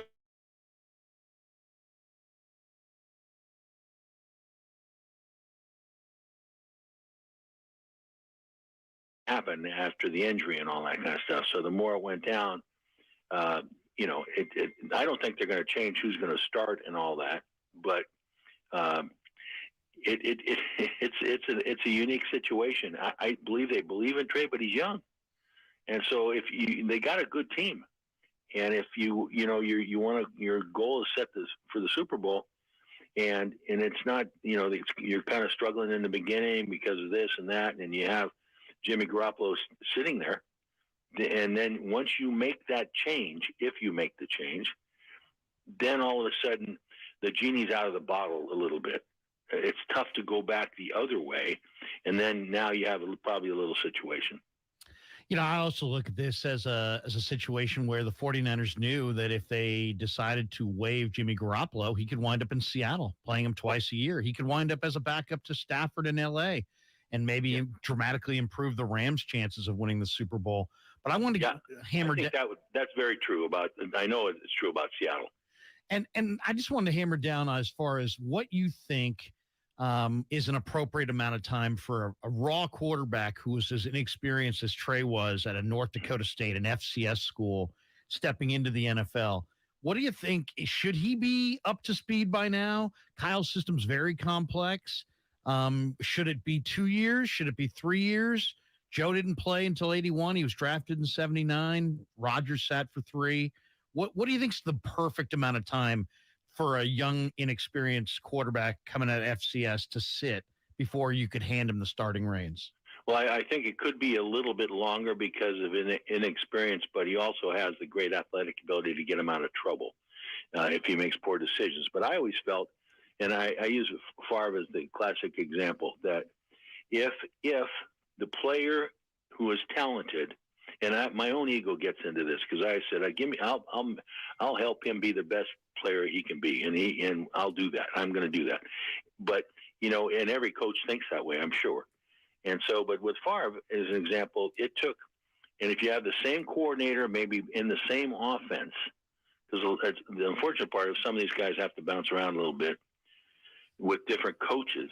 But if you get the same, I always thought by year 3, 2 years, you're doing crazy stuff. Maybe he's playing, but you're losing games. You might win. You win. But he's playing, and you see the light at the end of the tunnel. But then by year 3, if you haven't fixed a lot of the errors and a lot of the misunderstandings, then he's probably not the guy. So I thought 2 years of playing, and then you should have what you want in year 3. And then, everyone, that was my timetable. Mike Holmgren with us. Coach, awesome to have your perspective at this time. Real quick, by the way, just because you sort of mentioned it being in Seattle, Larry mentioned that the 49ers might be worried that he'd end up in Seattle, and you said you knew that was true. What about it on the other end? Do you think Seattle had interest in Jimmy Garoppolo on some form? Oh, I do. Yeah, I do. I think, there have been a lot of changes, and as soon as Russell Wilson left, then, they were trying to figure out how they're going to do this. And Baker Mayfield's name came up, different names came up. But once Mayfield left and went to Carolina, then who's available? I can remember sitting at my desk when we were trying to find the quarterback in Seattle. We eventually got Hasselbeck, but creating lists, draft choices was one, trades were another one, free agents were another one. So, and the list gets narrow for a starting quarterback, and Jimmy was in that. I think, people they're hard on him. There have been hard on him as far from an outsider looking in, but he's a good player, and I know the Seahawks would have been interested. Great stuff. Hey, Coach, it's great to hear your voice. Thank you so much for coming on.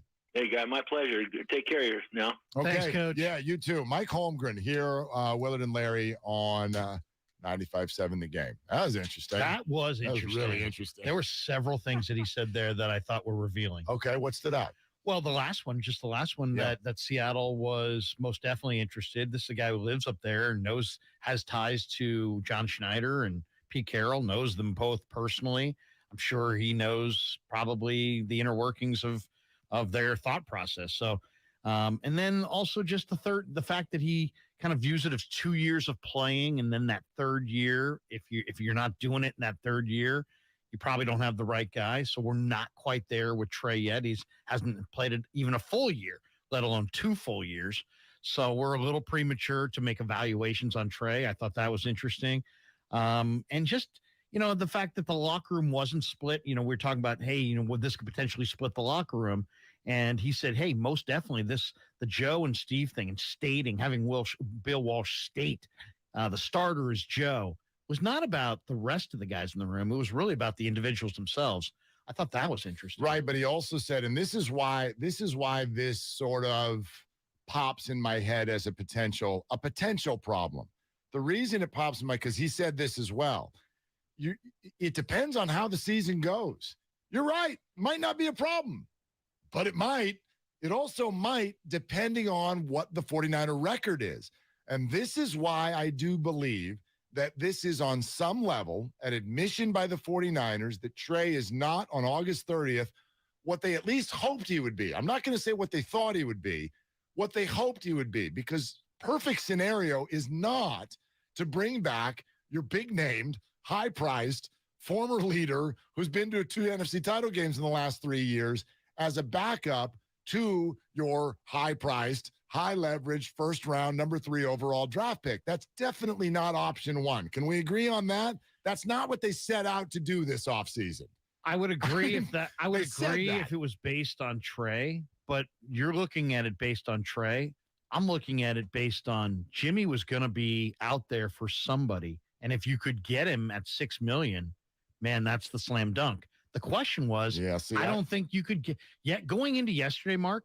I didn't think that was a possibility. I didn't think that Jimmy or Don Yee would agree to reduce his salary by $18 million and allow him to be a very cost-effective backup. But they didn't have a better option. Don Yee's a great agent. But I'm saying Donnie's really smart. I don't want Jimmy as the backup to Stafford. I'm not really worried about Seattle as much, but I don't want him as the backup to Stafford because I think that gives the Rams, who have John Wofford right now as the backup, a much better chance of winning the Super Bowl. Listen, and if I don't like that. If I got a list of pros and cons, I'm not sitting here telling you the pro list is empty. I'm not saying that at all. I just think the con list has bigger bodied words in this particular thing. And so when Mike Holmgren says, yeah, like a locker room can be fine. And after 4 weeks, the Niners are 3-1, the locker room will be fine. But if they're 1-3, it won't. And that's out of your hands. That's why this, to me, screams that Trey is at least not where they hoped he'd be, because now they're throwing a feather in the wind a little bit and going, there are a few scenarios that if it plays that way, we got a real problem on our hands, because the locker room can split and they can start to have opinions. You heard him say, this is when players start to think that they're smarter than the coach. We need to switch to Jimmy. Oh, we're not ready to switch, but that's a problem. So yeah, it's not about can Trey mentally handle it, because we know that he can, and so can Jimmy. Hell, Jimmy doesn't say anything about anything. They can handle it, but it doesn't mean that that's what you should sign up for. It's not a perfect scenario. So the road they're about to travel could work, but it's filled with potholes, and they might hit one, and they might hit two. And that's why normally, if you are just sitting there going, I can't wait for people to see Trey, we're about to unleash this guy on the league. If that's how you were feeling, you wouldn't do this. I just look at Trey as that brand new Ferrari. And it's like, if you're going to buy a brand new Ferrari, if you could get insurance, would you take it? Yeah, I think I'd like to have some insurance. And this is what Jimmy is. He's essentially an insurance against Trey. I know it's easy to read it as they're disappointed in Trey, and you might be right. I'm not saying that you're not right. I'm just saying that from what I've seen, Trey looks damn good.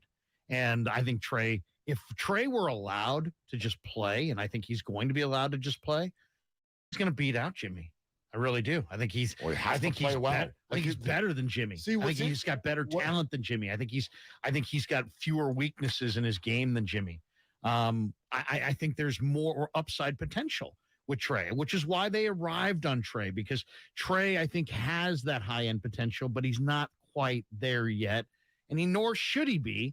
And then once Garoppolo was out there, and it's like, wait a second, Don Yee will take $6 million. He'll take $6 million to come here and to be the backup, less money. Then it's like, wait a second, this is a slam dunk. We can have an experienced backup quarterback behind our super raw but talented rookie, essentially a rookie, and keep him from being with the Rams or the Saints or the Seahawks or anybody that could potentially stand between us in the Super Bowl. I love the opportunity for both quarterbacks, because I think depth means a lot in a sport as violent as pro football. What's fascinating to me in this is that you seem to be saying, hey, it's too early to really assess Trey. It's okay if he's not perfect yet. Young player, hasn't played a lot, all of that. He's had 2 starts. Don't you think this ups the speed and pressure on him? I totally do. Like this, I agree. This shortens the window of Trey, you're allowed to go out there and struggle. We've spent all off season mentally preparing ourselves for, look, he's not going to be perfect, right? It's like there's going to be bumps and bruises. There's going to be maybe bad games. There's definitely going to be bad throws, bad moments. Well, now you can't do that as much, because the second that starts to happen, not only do the fans, the media, the players themselves start going, come on, man, let's go. Jimmy, get him back in here and let's solidify this thing. It ain't perfect, but at least we know what it is and it's good enough. Okay, but let me comment. I agree. That's fair, right? I think it is fair. Okay. But I also, you got to remember this. It's not necessarily going to be a straight line. There could be a game this year where Trey throws a couple early picks or a couple passes get tipped up in the air and they're picks. In the scenario before yesterday, you're going to Sudfeld, you're losing that game, and the fan base the pressure is mounting. In this situation, you could essentially take your 22-year-old quarterback off the field. Hey, it's not your day, kid. Pack it in. Here comes Garoppolo. You win that game. That's complicated. You win that game, and suddenly now, maybe the whole burden of the franchise is not on this kid's development. He can develop at his own pace without the wins and losses being totally attached only to him, because now there's Garoppolo there, and you can help. And that's Mark, precisely what but you does can have a rough day at the office and still be a great quarterback. That's precisely what does put the weight of the world on his shoulders, because the scenario you just painted is a full-blown QB controversy. But you're winning in my scenario. You're potentially winning the game.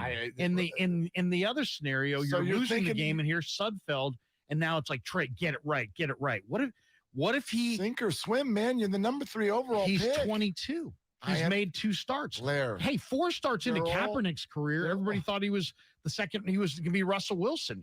And did they keep Alex Smith because they wanted to hedge? He wasn't that player, right? But you got to go. Time. But you got to go with your decisions. Your decision was made when you made this trade.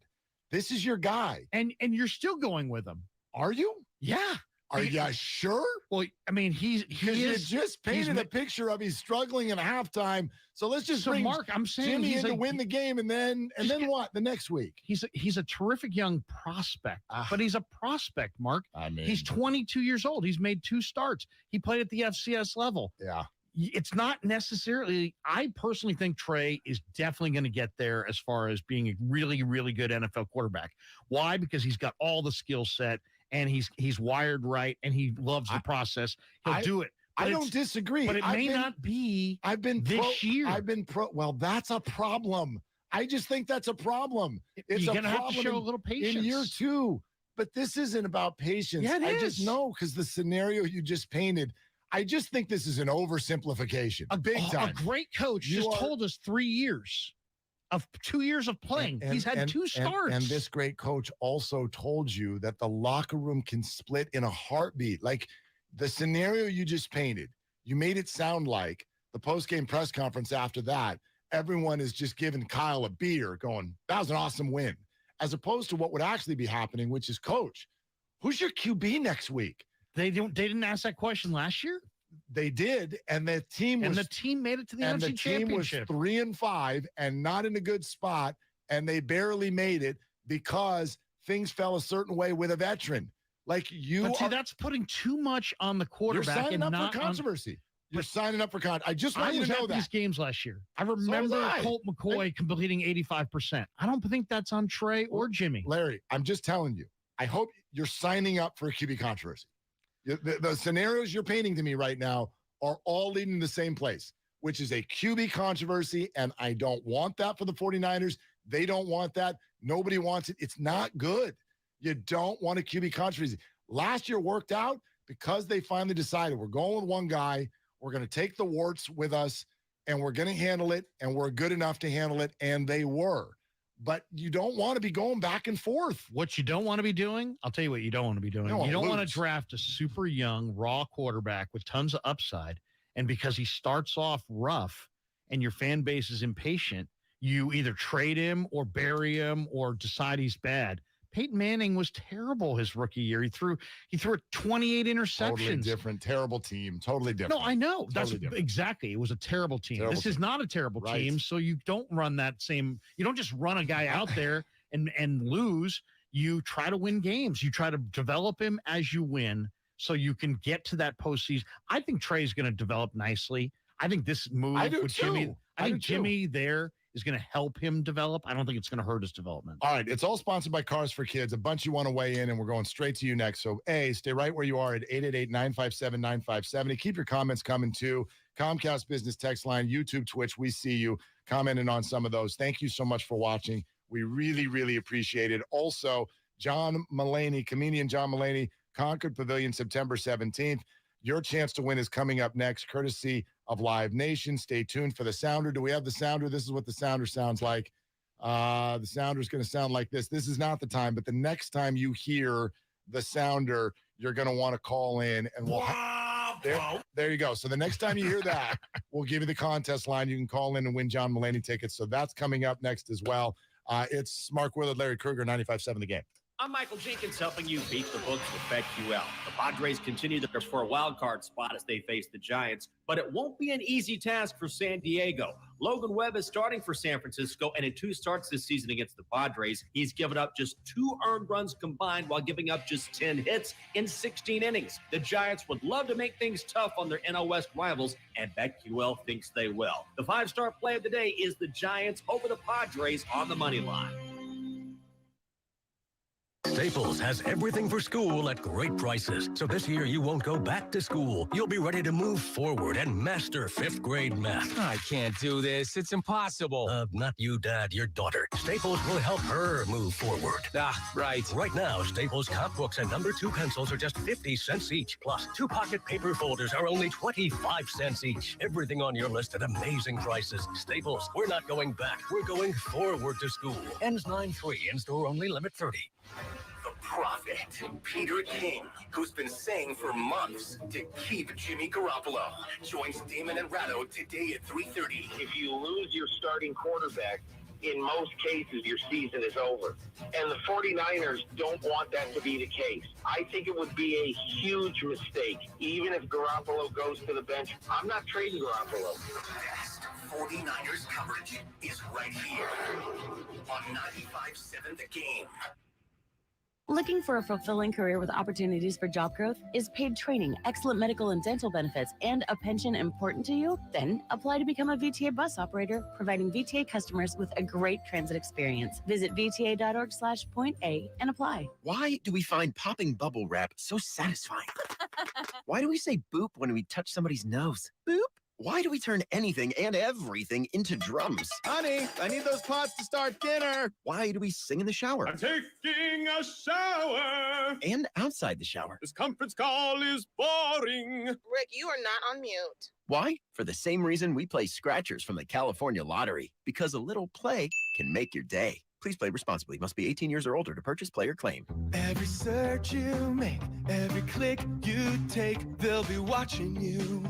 Tired of companies like Google and Facebook watching everything you do online? There's actually a simple solution. DuckDuckGo.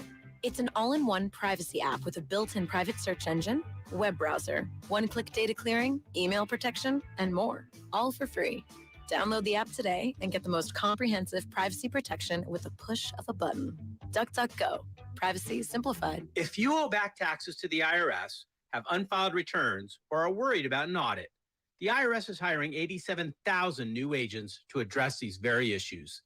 That means if you need to get your tax problems resolved, now is the time to get started. I'm tax attorney Robert Goldstein, and my firm specializes in helping individuals and small businesses resolve their tax problems. We work to stop IRS and state seizures. We may be able to settle your tax debt for pennies on the dollar with an offer in compromise. We prepare your past due returns, even if you have no records, and represent you before the IRS and state in an audit. At the law offices of Robert Goldstein, the consultation is always free, and we have offices located throughout the Bay Area. To schedule your free consultation, call 1-888-TAX-EXIT. That's 888-TAXEXIT. 888-TAX-EXIT. And make us your last stop. I used to get frequent heartburn at night, so I made Prilosec OTC part of my morning routine. With just one pill, Prilosec OTC prevents excess acid production, blocking heartburn all day and night. It's possible while taking Prilosec OTC. Use as directed for 14 days to treat frequent heartburn, not for immediate relief. We all know someone who's all work and no chill. Trust me, that used to be me. But then I found Galaxy Z Fold 4, which allows me to do more things at once. Much better. Now I can take video calls from my phone and use it to take notes at the same time. Wait, are you at the spa? Or check my shopping list while ordering more scented candles and face masks on the foldable, expansive screen. Don't take your to-do list one line at a time. Multitask so you can relax. Get the new Galaxy Z Fold 4 at Samsung.com today. Everyone knows how beneficial therapy can be, but traditional therapy can be overwhelming, confusing, and inconvenient. When scheduling in-person therapy, it can be difficult to find the right therapist near you, and it can take weeks to get on their calendar. We knew there had to be a better way, and that's where BetterHelp began. I'm Danny, co-founder of BetterHelp Online Therapy. When Alana and I started BetterHelp in 2013, our mission was simple: find a way to make professional therapy accessible, affordable, and convenient for everyone. BetterHelp works around your schedule and lifestyle. You can connect to a therapist by phone, video call, or even text message. You don't even have to turn on your camera if you don't feel comfortable. And if your therapist isn't the right fit, you can switch anytime with the click of a button, because BetterHelp is designed with you in mind.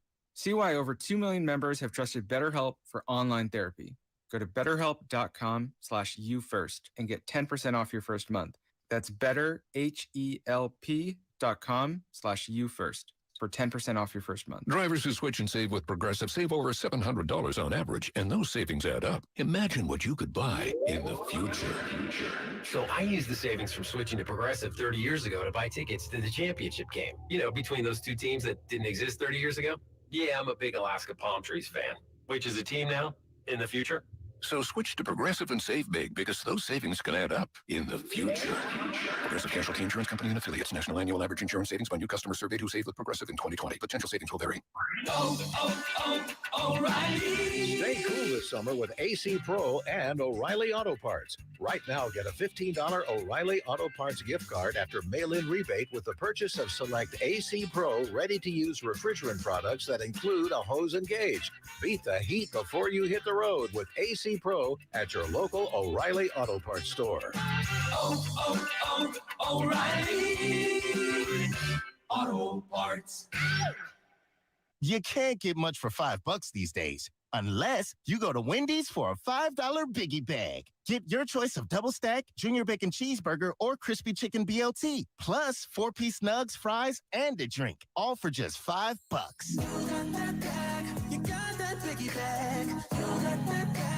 That was smooth, wasn't it? That's how you're going to feel when you get that biggie bag at Wendy's. U.S. price and participation may vary. Includes 4-piece nuggets, small soft drink, and small fry. Prices may be higher in Alaska and Hawaii. I used to get frequent heartburn at night, so I made Prilosec OTC part of my morning routine. With just one pill, Prilosec OTC prevents excess acid production, blocking heartburn all day and night. It's possible while taking Prilosec OTC. Use as directed for 14 days to treat frequent heartburn, not for immediate relief.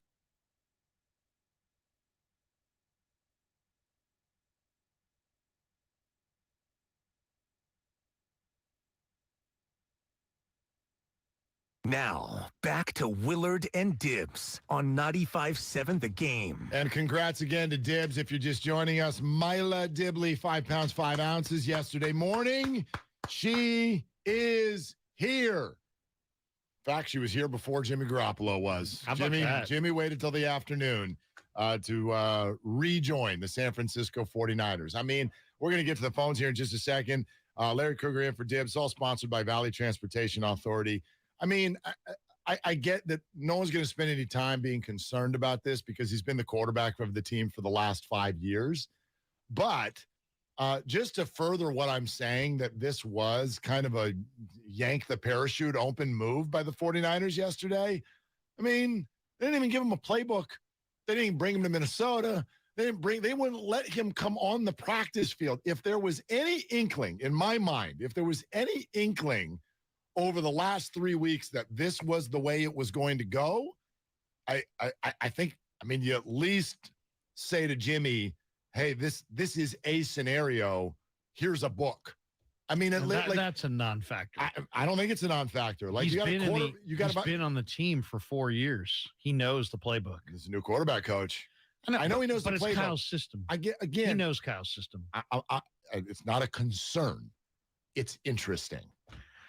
I don't think they thought it was going to go this way. So you're right. We're in agreement on that. So therefore, I want people to stop going, wow, this was genius. No, this was not what they were trying to do. This was not the master plan. This was not what they were trying to do. This was not the original plan, but it's the best pivot because it keeps him from playing with the Rams and it keeps him from playing with the Seahawks, and it keeps him now on your team. And now you have insurance for your young raw quarterback, and you have an asset that if your young raw quarterback is as good as I think he is, and as I think they still think he is, then you have an asset that at the NFL trade deadline, which is I think week 5 or 6 or 7, whatever it is, that you're going to be able to trade now. You're going to be able to get something for Jimmy Garoppolo if you want. If he's okay with it, by the way. Right. He has to be okay with it. No trade clause. He's got to waive that. Right. So, but if he's sitting because Trey's playing great, he probably is going to be okay with that. That's option one. And yes, there are some things that could go really well with this. And there are some things that could go really, really wrong with this. I do think that this locker room, and first of all, the center question or the focus has to be, how does Jimmy and Trey, how would they get along? And they get along great. So I think that right there is like first question. And then it's a matter of the locker room. And it does get a little complicated because let's be totally honest about this. The one thing that you cannot get away from is this is going to be the pivot point for every presser, every post-game presser, every fan, every time we open up the lines, every time the Niners lose with quarterback A, people are going to be asking about quarterback B. It doesn't really matter about which quarterback it really is. You got 2 quarterbacks, and you're going to lose some games. Whoever loses those games is going to be, we're going to take calls saying the other guy should play. Oh, so it's great for us. Yeah, it's great for. But I'm not in this for. I mean, yes, I'm in our lives for us. But like, I want the 49ers to be good. Like, I'm not looking at this through the lens of sweet random drama that we're going to get to talk about every week. But like, yeah, that's the reality. Here's the other one.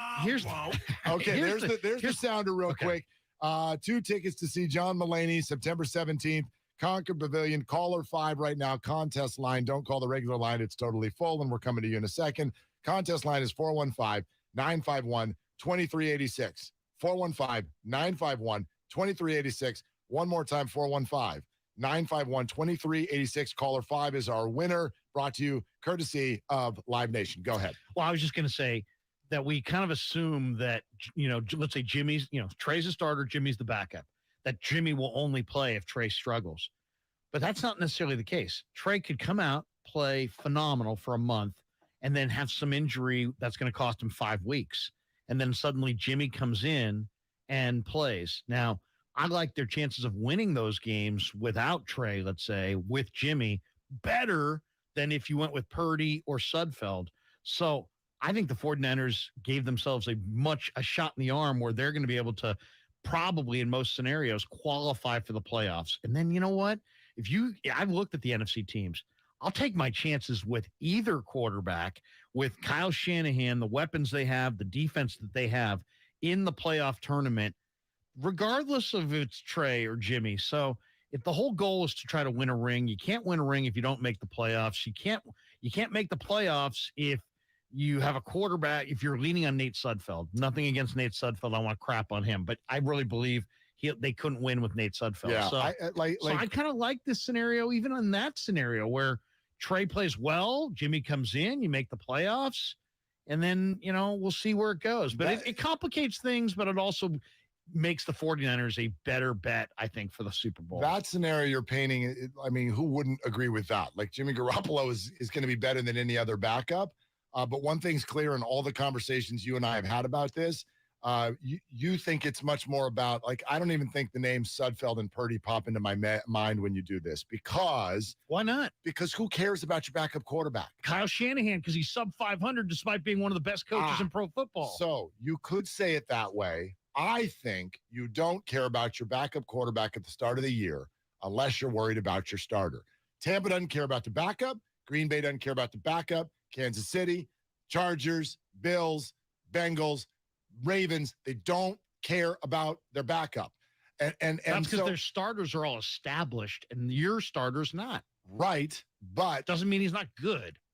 Just means he's not established yet. You were hoping he would do that this year, and there's no doubt in my mind that this does prevent a roadblock to him establishing himself, because this is going to give him less time to make mistakes.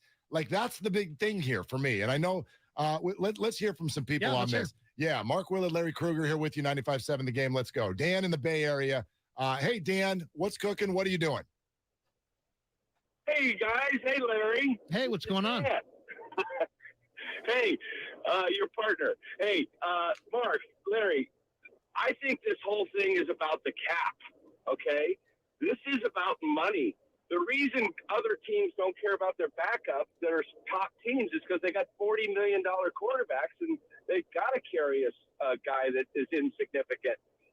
This is all about leverage. This is a game of Monopoly that was being played. Jimmy was a great asset. You don't want to just give him up and give him to Seattle or the Rams or anybody else.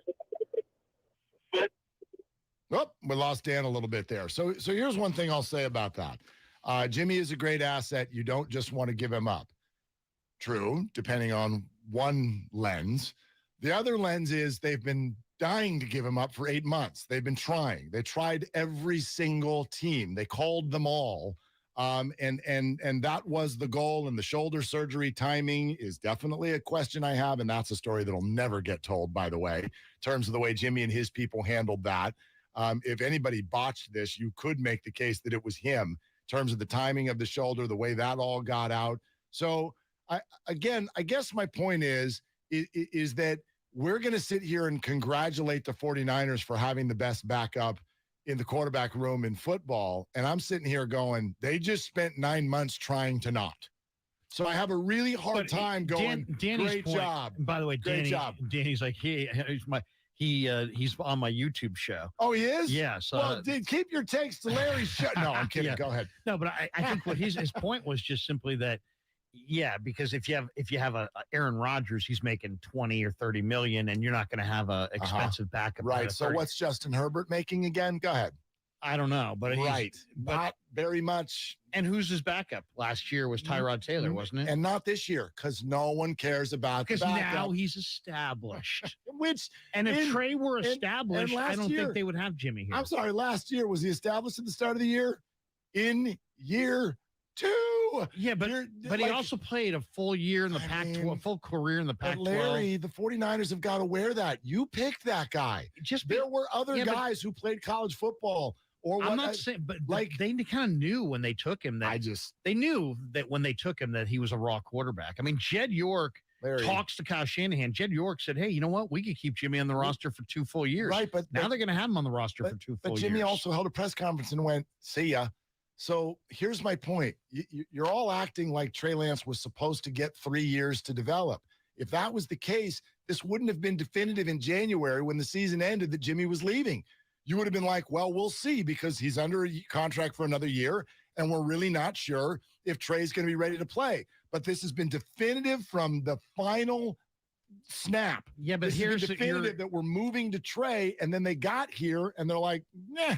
So I don't think you wanted Jimmy in January because you don't want to block Trey's path. But now that you've gone into camp and you've seen Trey and you've seen how he's gone through good days and bad days with his accuracy. Thank you. And you see that there's more development there. They weren't hoping for that. They still like where he's at, but I think they just wanted an insurance policy that they could afford, and one happened to be sitting there. And that's fine. But here's where there's zero doubt, and you will never talk me off of this point. They definitely hoped he'd be farther along today than he is. Like, period. There's no question. When they went into the end of last year, the way they played that, you can never convince me that they didn't at least hope that on August 30th, this would be further along than it is. I have no idea. I couldn't comment on that. Yeah. I don't know what they hope. Let's go to Polo in the Bay Area. Hey, Polo, you're on with Mark and Larry. What's going on? Yeah, what are you doing? Not much. Just getting something to eat real quick. Nice. Don't know just what. But here's what I got with this Trey thing. Trey has very little room for error. Any type of error, he's coming out the game. And this is not a business move. This is a 53-man roster move. The best 53-man on the team is going to play. And what I'm saying with that is Trey can go 4-0 or 3-1, and the team still be his. If he goes 0-4 or 1-3, man, that job is gone, and that's going to Jimmy. And Trey needs to figure out how to close all these critics, these Jimmy G's fans up. If he can't do that, then it's all Jimmy's and be Super Bowl team ready with Jimmy. And we're talking about this year. Thanks, brother. I think I think the Niners feel like, and I've talked to enough people in the organization to have a good sense of this.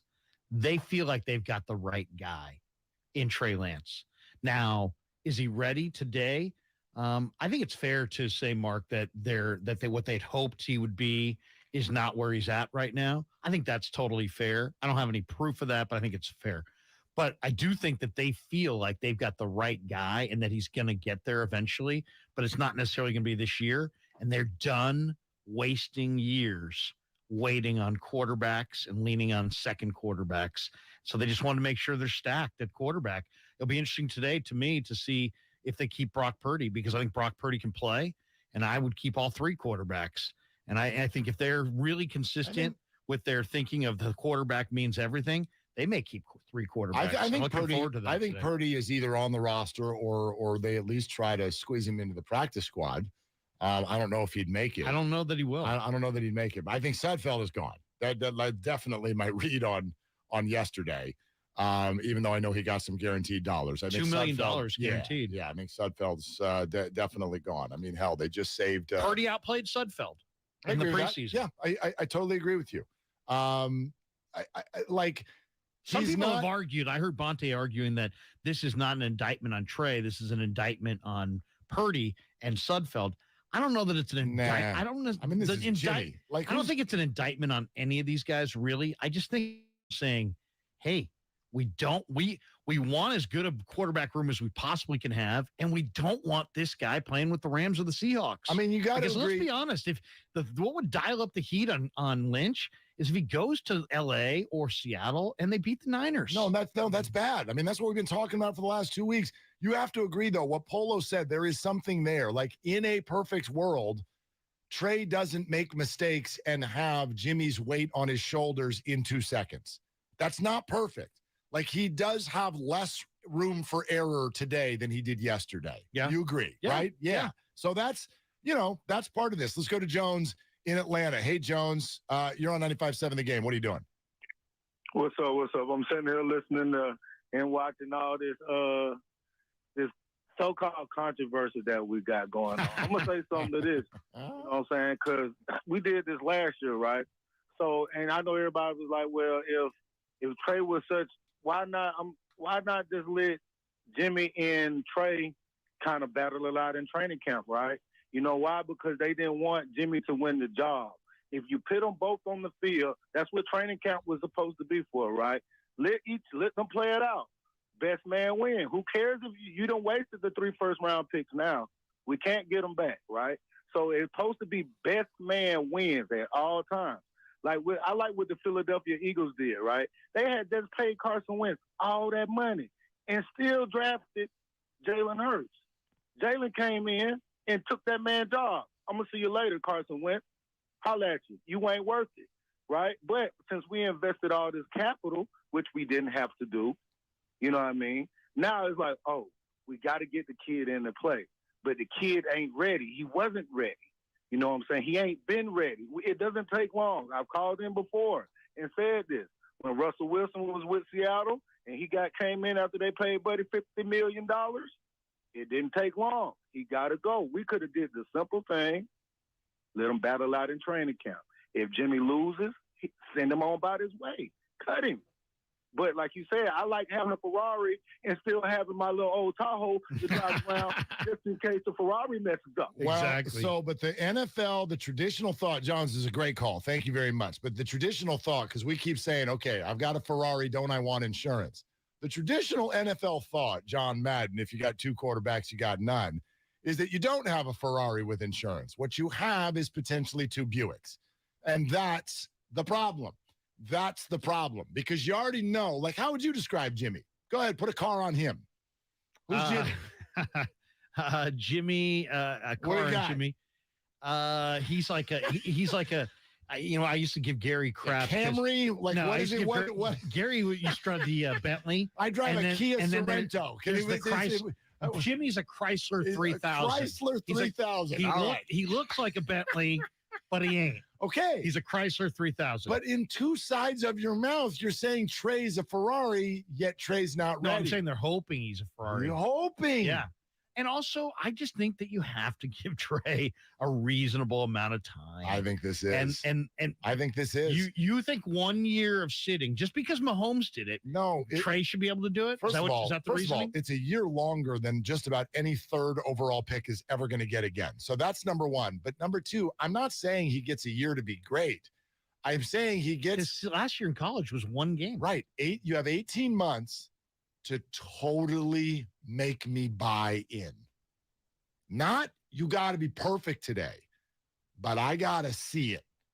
18 months, show me that I definitely made the right call. And to me, yesterday says, I'm still not totally sure. Well, it's funny that you said that, Mark. That's a concern. But Trent Williams, who's obviously at more practices than you or I, has already said, just watching Trey on the practice field, you can see that he's the guy. Teammates say. What is it? I mean, Trent Williams last week did an entire article about Jason Poe and how awesome he is, and they just cut him. I know. I mean, like players are going to say good things about their teammates. That's having a guy's back. So don't listen to players. No, well, kind of. I mean, you know what I mean? Like, players can't be trusted. Well, I mean, if you're going to ask, hey, so what do you think of your teammate? Boy, he sucks. I mean, like, what are they going to say? Yeah, no, I hear you, but he volunteered this stuff. I mean, I'm just saying, as somebody who's went to minicamp and spent all the time on the road driving back and forth, I feel like I know a little something about what I'm watching, and I feel like I'm watching a pretty good young quarterback, but he's raw, and it's going to take some time. But I think he's going to get there. But I don't know if it's going to be this year. And they do have a Super Bowl roster this year. And if I'm Kyle Shanahan and John Lynch, I don't know that they get any more kind of redshirt years where, you know what? Our whole thing was derailed because of injury. I don't know that Jed's going to want to hear that anymore. So I believe in stacking your quarterback room. I'm glad they did it. Got a lot of cars that just came in. Lots of cars. Jimmy's a Hyundai Sonata. Let's see. We get Chrysler 3000 is what he really Jimmy's a Jaguar. Jimmy's a Mini Cooper. He's the Chrysler 3000 because it looks like a Bentley, but it actually is a Chrysler. Jimmy's a Hoopty. Jimmy's the first car your friend had in high school. I remember that thing. It had a big old engine that smelled. Okay. 888-957-9570 is the number. We will absolutely keep going with all of you. It's all sponsored by Kirby. And to keep hearing from you, not only at 888-957-9570, keep it coming on the Comcast Business text line. And you guys are doing a great job on Twitch and YouTube. We appreciate you being there. You should absolutely be there every day, mainly because Larry is a very handsome man. Okay. Thank you. We're going to keep going. And by the way, it's not just your calls and this discussion, but we are exactly now 2 hours and 5 minutes from the official deadline to get down to the 53-man roster. We got a lot more questions to go. Like, yes, JaMychal Hasty has been cut. Does that mean Trey Sermon is in? Does it mean Jordan Mason is in? Does it mean both are in? Is Brock Purdy been cut yet? Brock Purdy, to my knowledge, is still a member of the 49ers, but so is Nate Sudfeld. There you go. And that's not going to stay that way. I'll be very happy if Brock makes it. All of that is coming, and we'll be right here with you to hold your hand through it, so don't go anywhere. With Larry Krueger in for Dibs, Mark Willard, 95.7 The Game. It's unbelievable news for the 49ers. He is one of their 53 best players. You leave camp with your 53 best. That's how you do it in a functional, right-run, proper franchise. That's the way it goes. Any personal feelings do not matter. What's best for the team? Jimmy G is staying in the Bay. Feels great, baby. We want your reaction on 95.7 The Game. Kirby is your driveway mechanic. They bring the shop to you with brake and tire replacements, oil changes, and so much more. Get $50 off your first oil change with code OIL50 at Kirby.com. That's CURBEE.com and use code OIL50. Are you kidding me? Gas prices are up again? Somebody has to do something. Well, someone did. That's why I use Upside. Upside, what's that? It's a free app that pays you back real money for every gallon of gas or diesel you buy. I just earned 25 cents back on every gallon of this tank. Hold on. So the Upside app is free and you actually get cash back every time you use it? No strings attached? Yep, it's awesome. Check it out. It only takes a couple of minutes to sign up. Instead of just watching your dollars go into your tank, start putting money back into your wallet with the free app from Upside. With the price of gas today, it's big news and big money. To cash out of your Upside cash, just transfer it to your bank account, PayPal, or a gift card. Upside users have already earned over $200 million.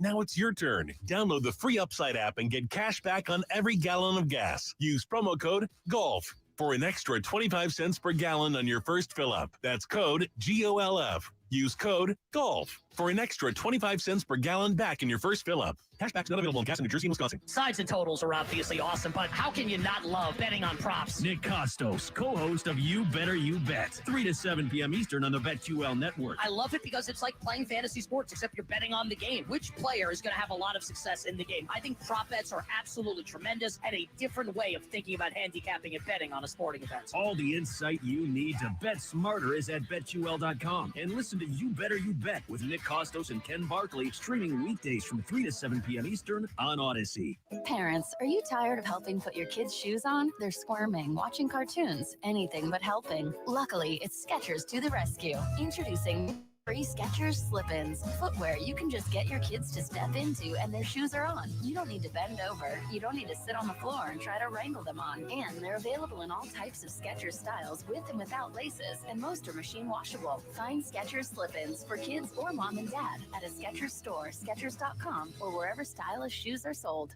This is a Reese's Peanut Butter Cup sound experiment. We're looking to find the perfect way to hear Reese's so you'll buy more of them. Here we go.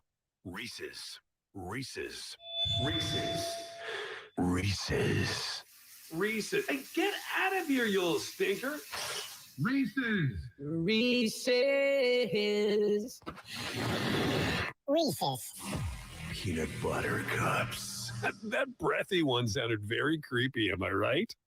The 36th annual Grip Harmony Walk is back October 22nd from 9 a.m. to 2 p.m. at Nichols Park in Richmond. Register to walk at gripcares.org and help raise money to end homelessness and hunger. Everything, our farm, our stand, our pop-up shop, it really all started when we discovered the benefits of local raw honey for our family. And then we decided to turn it into a business. We were looking for something to help us get up and running. So we got the Chase Business Complete Banking Account. It's more than a bank account. It comes with Quick Accept, which lets us take card payments anytime, anywhere in the U.S. using the Chase mobile app. Plus, we get same-day deposits at no extra cost. For us, it's more than honey. It's about sharing a little sweetness with the world. Get the Chase Business Complete Banking Account with the essentials you need to help get your business going. Learn more at chase.com/business-complete-banking. Chase for business. Make more of what's yours. Quick Accept is not available in U.S. territories. Enrollment required. Usage subject to approval. Same-day deposits available for payments before 8 p.m. Eastern Time, Sunday to Friday. Fees and rates apply for checking and processing. Limitations and restrictions apply. Participants compensated. Merchant services provided by Payment Tech LLC and WePay Inc. Subsidiaries of J.P. Morgan Chase Bank and a member FDIC. Breathe new life into life at home with IKEA Festival. 10 topics, one purpose, to get more out of the homes we love. What are you passionate about? Art, dance, music, food, fur babies? Get inspired, create, and share with us. With celebrations, giveaways, IKEA family offers, and live streams with expert advice. It's all happening at IKEA Festival. Join us from August 26th through September 10th online or at your local IKEA store. Learn more at IKEA-USA.com. If you own a business, this has been a bumpy ride. From pandemic to inflation, I'm sure you could use a break. If your business has 5 or more employees and survived COVID, you may be eligible to receive a payroll tax refund of up to $26,000 per employee. The challenge is getting your hands on it. Hi, I'm Howard Mackler, and that's why I founded GetRefunds.com to cut through the red tape and get you the money. The team of tax attorneys we have put together are highly trained in this little-known payroll tax refund program. We do all the work, charge not a dime up front, and simply share a percentage of the cash that we get for you. Businesses of all types can qualify, including those that took PPP, nonprofits, and even those that had increases in sales. We have helped return over $1 billion to businesses, and we can help you too. Just go to getrefunds.com, click on Qualify Me, and answer a few questions. This payroll tax refund is only available for a limited period of time. Don't lose out on up to $26,000 per employee. Go to getrefunds.com. That's getrefunds.com. Live on DAZN pay-per-view, September 17th, Part 3. Canelo versus Triple G to take the trilogy.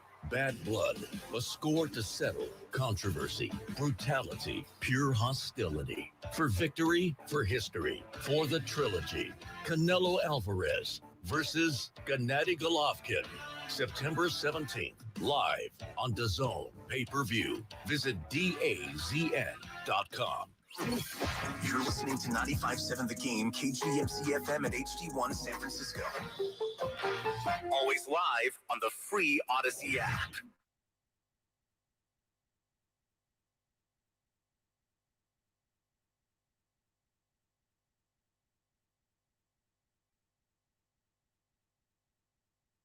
Now, back to Willard and Dibbs on 95.7 The Game.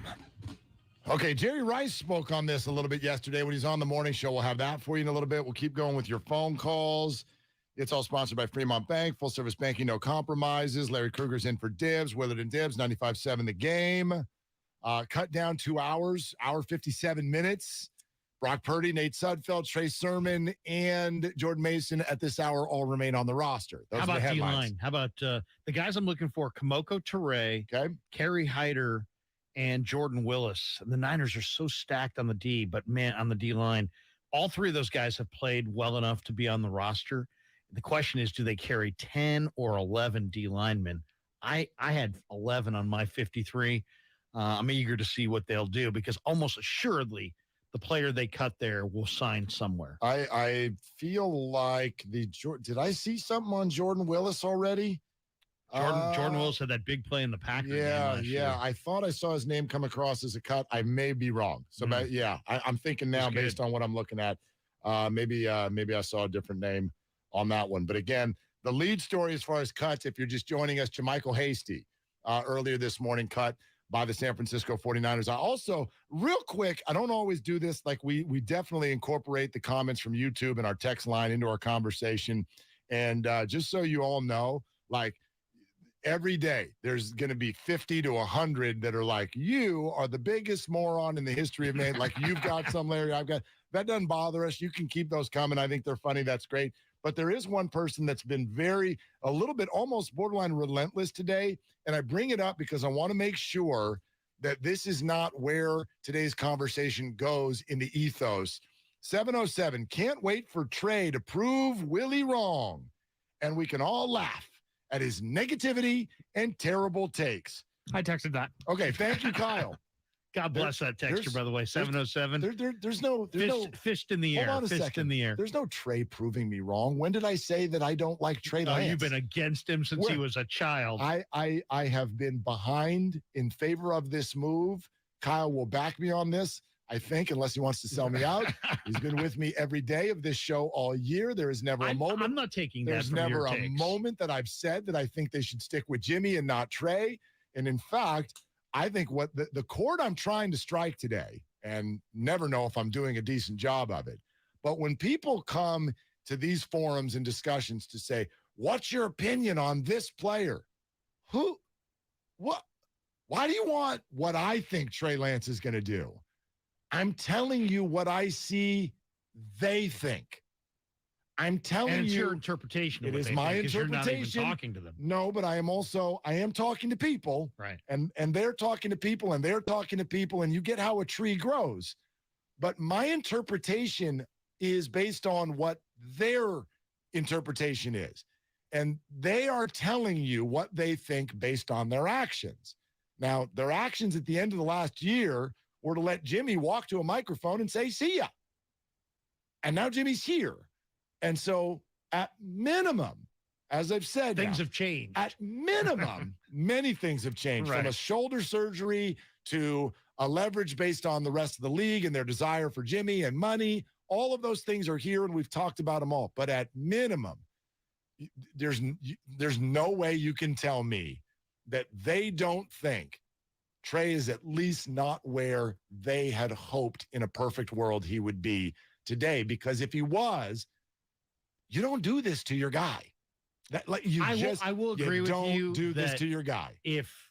I would agree with you that if Trey had completed, like, let's say 75% of his passes and looked just absolutely airtight, that they maybe feel better about just staying with their guys. But I think this has much more to do with Jimmy and not wanting him in LA, not wanting the Rams to have a second bite of the apple, not wanting Seattle to have a shot at a decent year. And I think it's a little bit more about that. And also, let's be honest, they made a brilliant deal. That's a great deal. Oh, they got a quarterback. Financially, yes. They got a quarterback to take his base salary down $18 million. And now he's playing for $6 million. Now they have essentially given themselves. Yesterday they were looking at cutting him and wanting him watching him go to the Rams or Seahawks potentially. Now you have insurance against Trey, and you have a tradable asset that could net you a second or third round pick. The word could is a wonderful word in everything that we're doing and will do for the next 2 weeks, because yes, this could go a direction that ends up being amazing. Trey could miss a few games. Jimmy can come in. He can win those games. Yes, but it also could turn into a quarterback controversy, and it could derail Trey's confidence, and it could end up in a spot where at the end of the year, Jimmy comes in, wins games, and you're like, okay, what now? Like, now we have what are we moving? Like, what if he goes on the same run? Now what? Are you moving off of Trey? Are you re-signing Jimmy for more money than you were paying him last year? I mean, it's all fluid. Right. I mean, let's just say this. I don't think they wanted fluid this year. I know. That's not what they wanted. But it's a volatile biz. What if Trey comes in and falls on his face and Jimmy steps in and leads them to the Super Bowl? I think Jimmy stays. I think they wind up trading Trey at the end of the year. Seriously. No, you're not wrong, but I'm laughing. It's just like, can you imagine? And my dude, I mean, you wanted Jimmy traded before last year, or you thought he was going to be at least. No, I see it exactly the same way that Shanahan and Lynch see it, which is that in the last 20 years, only 2 Jimmy Garoppolos have won the Super Bowl. And I want more than a 10% chance of winning a Super Bowl. I want more like a 40 or 50% chance. So I think it's just about playing the odds. I know, but all the people. I think Jimmy could win a Super Bowl, but it's once every 10 years. That's what the history tells us. You got to know, and this goes to some people more than others, but all of the Jimmy can't win. You got to get him out of here. You got to move on. And that was what Kyle was saying. Fine, right. Well, I don't know if he said that. He said it by his actions. We can do better, is what he said. He didn't say Jimmy can't win. No, but by his actions, we can do better for cheaper, I think, is if I had to put one sentence on what the 49ers did. We can do better for cheaper. They really got it all, Mark, because they got the cheaper quarterback. They built up their roster. Now they got another cheaper quarterback. Got another cheaper quarterback, and they've got a great roster. Right. So, I mean, I think Lynch and Shanahan are the huge winners. Can we all take a moment, though, to laugh at how many people, the same people who are like, can't stand Jimmy, so excited that he's gone, are the same people that yesterday went, yeah, man, you got to have a Super Bowl ready quarterback if Trey's not ready. It's like, if he's a Super Bowl ready quarterback, why did you all want to drive him to the airport? There's a big difference between you got a 10% chance with him as the starter versus Jimmy Garoppolo as the best backup in the league. If he was, I don't want him at $24 million. They didn't want him at $24 million. Nobody wanted him at $24 million. Guess what? At 6.5, I kind of like him. As the backup, I really like him. Although and yet they still shopped. Again, they know, and so do you. I know you do. You know the pitfalls here. There are many. I just don't think that the media ones where we're talking every day about this, that's great for us, and that's great for the fans, but that's not going to impact the Niners. I think that's an amazing statement when we're talking about the fact that there are people in these helmets. Of course, they're affected by what's going on around them and what people say, just like all of us are. Bob in San Francisco, you're on with Willard and Larry. What are you doing, Bob? Hey, I'm just getting ready to talk right now. Okay. Well, I hope you've gotten there, because sometimes, Bob, it takes 2 or 3 years to be ready for your job. You know what I mean? Yeah. Yeah, exactly. Come back in a year. I'm also happy to hear Larry on the airwaves again. That's a nice little Thank you, brother. Me too. Anyway, okay, so I got to say that I think Jimmy's just a class act all the way around. He's so anti-me guy. I mean, think about it. This is the best of all worlds because now he can really coach up Trey. And let's say Trey does a decent job this year. You know, it's going to be a lot predicated on the experience of Jimmy helping him out. And I think this is a great move. And he takes an $18 million cut because he already made $100 million. He said for the rest of his life. The whole thing is that, I just think it's a great move. It shows his class, and it's just going to work out, I think. You know, it's funny. Jimmy did show a graciousness in how he went about it. If you believe the people around the team, if you believe Trey, if you believe some of the other players who have talked about it, as far as Jimmy's willingness to basically mentor his replacement, how many people would feel comfortable in their place of work mentoring the guy who not possibly will take over their job, almost assuredly would take over their job. Yeah, that shows his character. I mean, that's one thing that's never been in question. And so I don't think there's any question even this year about like, how does Jimmy handle this? Like, well, first of all, who cares on that? And second of all, we have the utmost confidence that he will. Like, Jimmy will always do the right thing by his teammates, always the right thing on the sideline, the right thing behind the scenes. In fact, you heard me yesterday, I got to the point where I'm like, are you there? Like, right? What would make Jimmy react? Does anything get him upset? Have you ever seen him upset at anything ever? No. So I don't know. So I'm not worried about that at all. I just think there are a bunch of football scenarios, A, that could take this into a very uncomfortable sphere. And B, I just think the 49ers are a lot of people are giving them a victory lap that I don't think they necessarily earned because this is not what they were trying to do. Well, this is not what they were trying to do. Originally, yes, I agree. Also, I think a lot of this is going to be on Shanahan because I think Holmgren kind of referenced it. How you go about taking one guy in and out of the game, how you wind up, distributing the playing time to your two quarterbacks is a huge part of this equation on whether or not it's going to work or not. One of the things we saw last year early in the season is we saw Jimmy lead drives. They got into the red zone, and here came Trey. I really believe, now I have no sources on this, but I really believe that some veteran or collection of veterans went to Kyle and said, no. I agree with you. And because it just disappeared. The Trey package suddenly became gone. Nothing. Right. Because I think they looked at that and said, no, this is not going to work that way. And maybe Jimmy expressed that to his teammates. Maybe his teammates voiced that on his behalf. And so I think it's going to be really interesting to see this year. Does Kyle try to do the same thing? Because now you've got Jimmy package? Well, yeah, like now, are you going to go to Jimmy in certain situations? When's the right spot? It's not the 5. Is it the other 5-yard line? Like when do you want Jimmy in there? When you're on the 35 and you're trying to get to the 30 to make the field goal a little easier? Like, when does the Jimmy package come in? Well, you might bring Jimmy in like in the Texans game last year, the Trey second start. Trey got shut out in the first half. Yep. You might bring Jimmy in the second half. See, then you lose on what was probably his best moment. I know. And that is among my fears. And that's going to be the balancing act. Him getting yanked, right. Him getting yanked before he can go out and experience some success. Yeah. We'll keep going on the phones. Jerry Rice said this yesterday on our morning show with regard to the idea of a big name quarterback looking over the shoulder of a young one. I'm interested to see how Kyle Shanahan is going to put this together for Trey Lance, where, this guy where he doesn't feel the pressure, where he can just go out and play football, where we can have him healthy the entire season. And if all of that should happen, I think we're going to have a fantastic season. It's going to be exciting to see this young kid just, become a superstar. Okay. Hours later, that pressure returned. So I can't wait to see Trey. No pressure. You're the guy. Go out there and do it. And then hours later, Jimmy Garoppolo's on the team.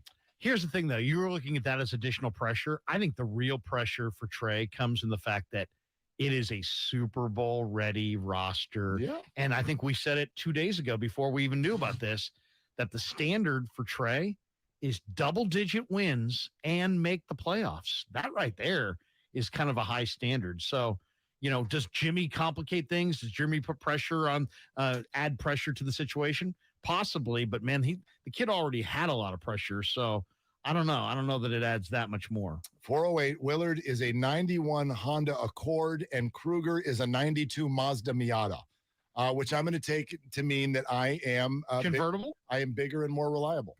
But yes, you're more of an airhead. One of my buddies said. Yes, one of my buddies texted me. He said Jimmy's a souped up Suzuki Samurai with jacked up wheels.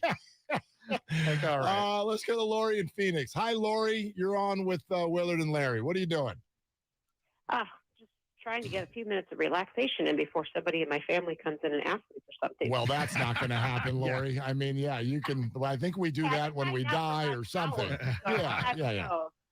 So, but I'm sure they're coming. So anyway, I think when something like this happens, something that's unexpected like this that happened yesterday, I think as humans, we just tend to go to the negative side, which is, I think, what you're kind of doing, Mark.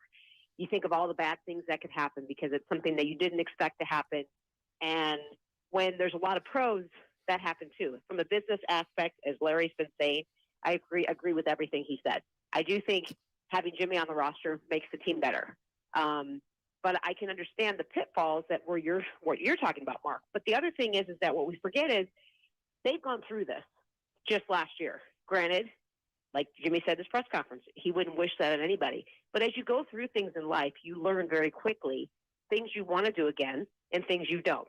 Like my first marriage. Never want to go through that again. There's other things in life. Samesies. You go, okay, I can handle this. I can do this. We did this. It worked. We can make it work again. This is a temporary pivot that the Niners have taken. They already know the two guys can work together. You know what you got in Jimmy. You don't know what you have in Trey. You know what you want, why you drafted Trey was because he could do the things that Jimmy can't do. But right now, he may not be able to do the things that Jimmy can do as well as they would like him to. So I think having a mentor there, the guys can work together.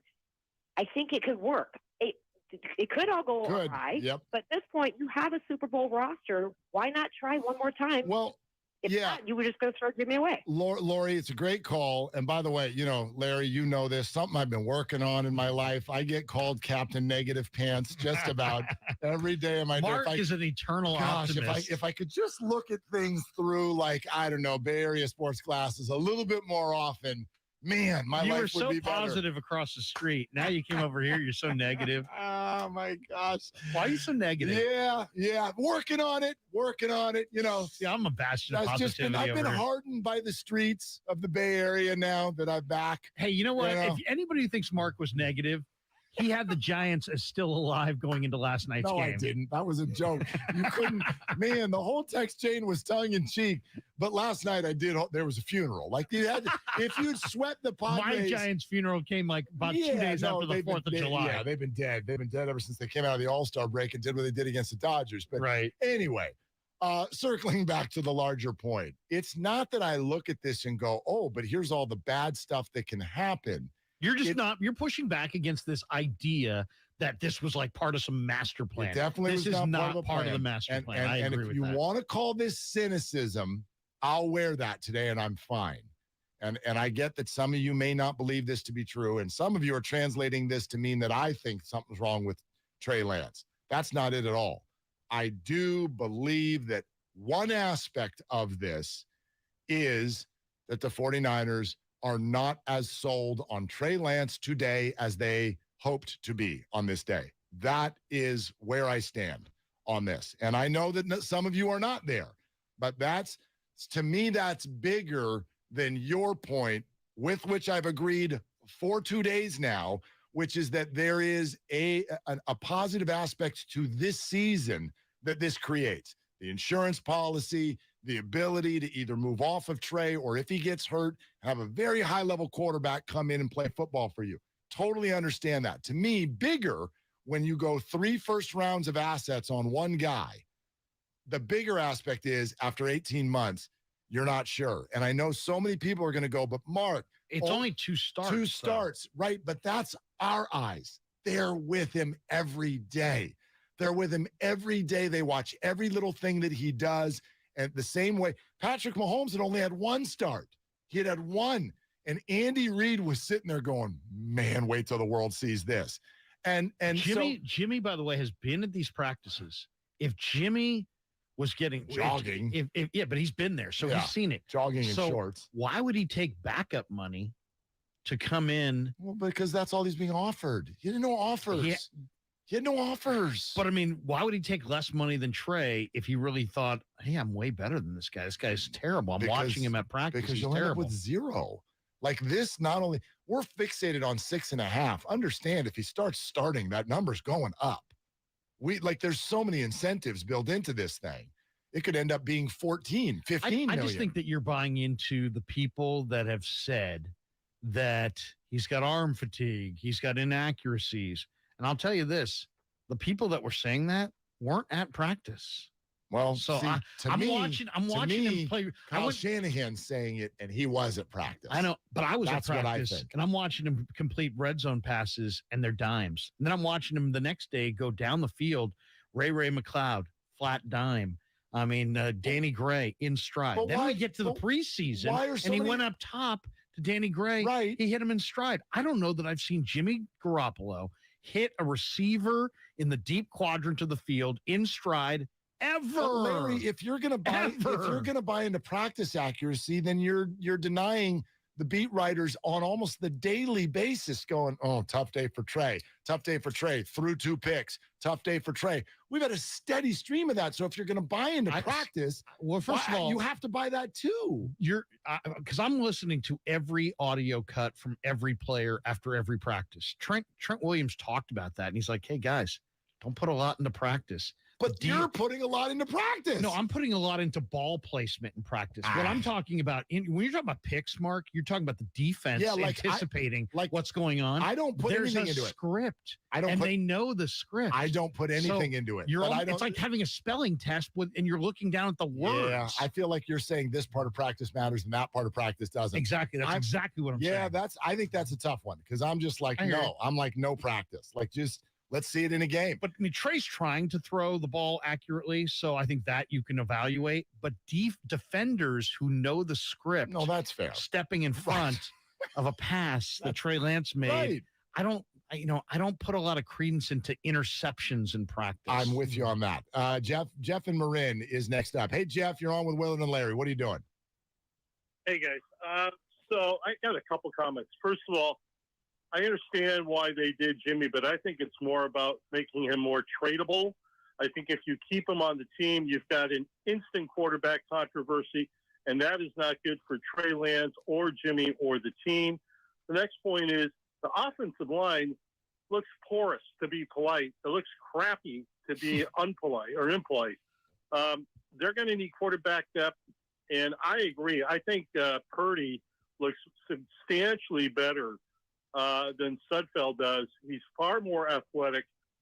He's the kid you got to keep, especially if they're going with Trey and Garoppolo and a third quarterback. And I don't think you expose Purdy to, being waived and picked up by another team. I think those 4 years of starting experience at Iowa State have proven themselves. That one play he made, which was like a tip drill, where the ball gets up in the air, he tips, it gets tipped, he catches it, has the presence of mind to get the ball back in his hands, continue to roll out and complete the pass, says everything you need to know about that kid's potential. Jeff, thanks very much. The one thing about making him tradable, I agree, it's a more tradable contract, but you got to factor in, Jimmy's not going anywhere he doesn't want to go. So it's more tradable financially. It's less tradable in terms of who you can call. Jimmy's not going to go.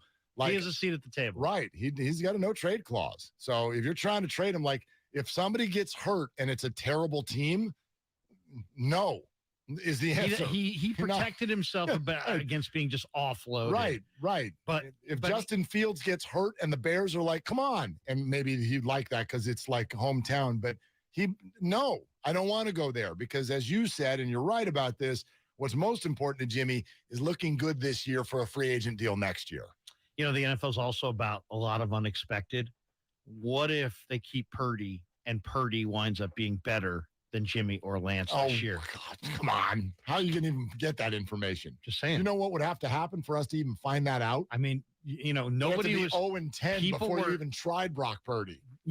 Around the draft time when Washington went with RG3 and Kirk Cousins, nobody said anything about Kirk Cousins. It was all RG3. RG3 is sitting in some studio somewhere as a broadcaster. Kirk Cousins has made $100 million as an NFL starter. We got more of your calls coming up next. 888-957-9570. Pick your battles, and Steiny and Goo loom as well. Larry Krueger, Mark Willard, 95.7 The Game. The prophet, Peter King, who's been saying for months to keep Jimmy Garoppolo, joins Damon and Ratto today at 3:30. If you lose your starting quarterback, in most cases, your season is over. And the 49ers don't want that to be the case. I think it would be a huge mistake, even if Garoppolo goes to the bench. I'm not trading Garoppolo. The best 49ers coverage is right here on 95.7 The Game.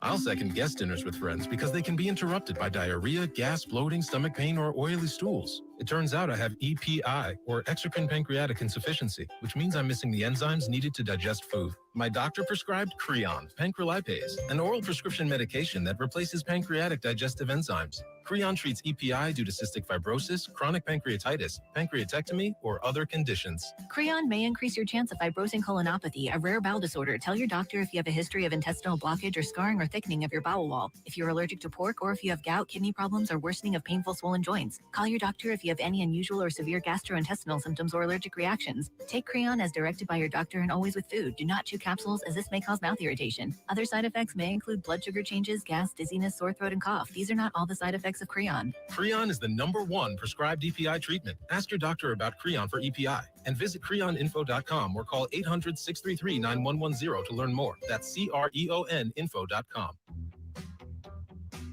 Every search you make, every click you take, they'll be watching you. Are you tired of being tracked online? There's a simple solution. DuckDuckGo. It's an all-in-one privacy app with a built-in private search engine, web browser, one-click data clearing, email protection, and more, all for free. Download the app today and get the most comprehensive privacy protection with the push of a button. DuckDuckGo. Privacy simplified. If you owe back taxes to the IRS, have unfiled returns, or are worried about an audit, the IRS is hiring 87,000 new agents to address these very issues. That means if you need to get your tax problems resolved, now is the time to get started. I'm tax attorney Robert Goldstein, and my firm specializes in helping individuals and small businesses resolve their tax problems. We work to stop IRS and state seizures. We may be able to settle your tax debt for pennies on the dollar with an offer in compromise. We prepare your past due returns, even if you have no records, and represent you before the IRS and state in an audit. At the law offices of Robert Goldstein, the consultation is always free, and we have offices located throughout the Bay Area. To schedule your free consultation, call 1-888-TAX-EXIT. That's 888-TAXEXIT. 888-TAX-EXIT, and make us your last stop. Nature Valley has helped restore access to 10,000 miles of national park trails. And we're on our way to restoring even more, because every mile is a new memory. Life happens out there. Nature Valley. Everyone knows how beneficial therapy can be, but traditional therapy can be overwhelming, confusing, and inconvenient. When scheduling in-person therapy, it can be difficult to find the right therapist near you, and it can take weeks to get on their calendar. We knew there had to be a better way, and that's where BetterHelp began.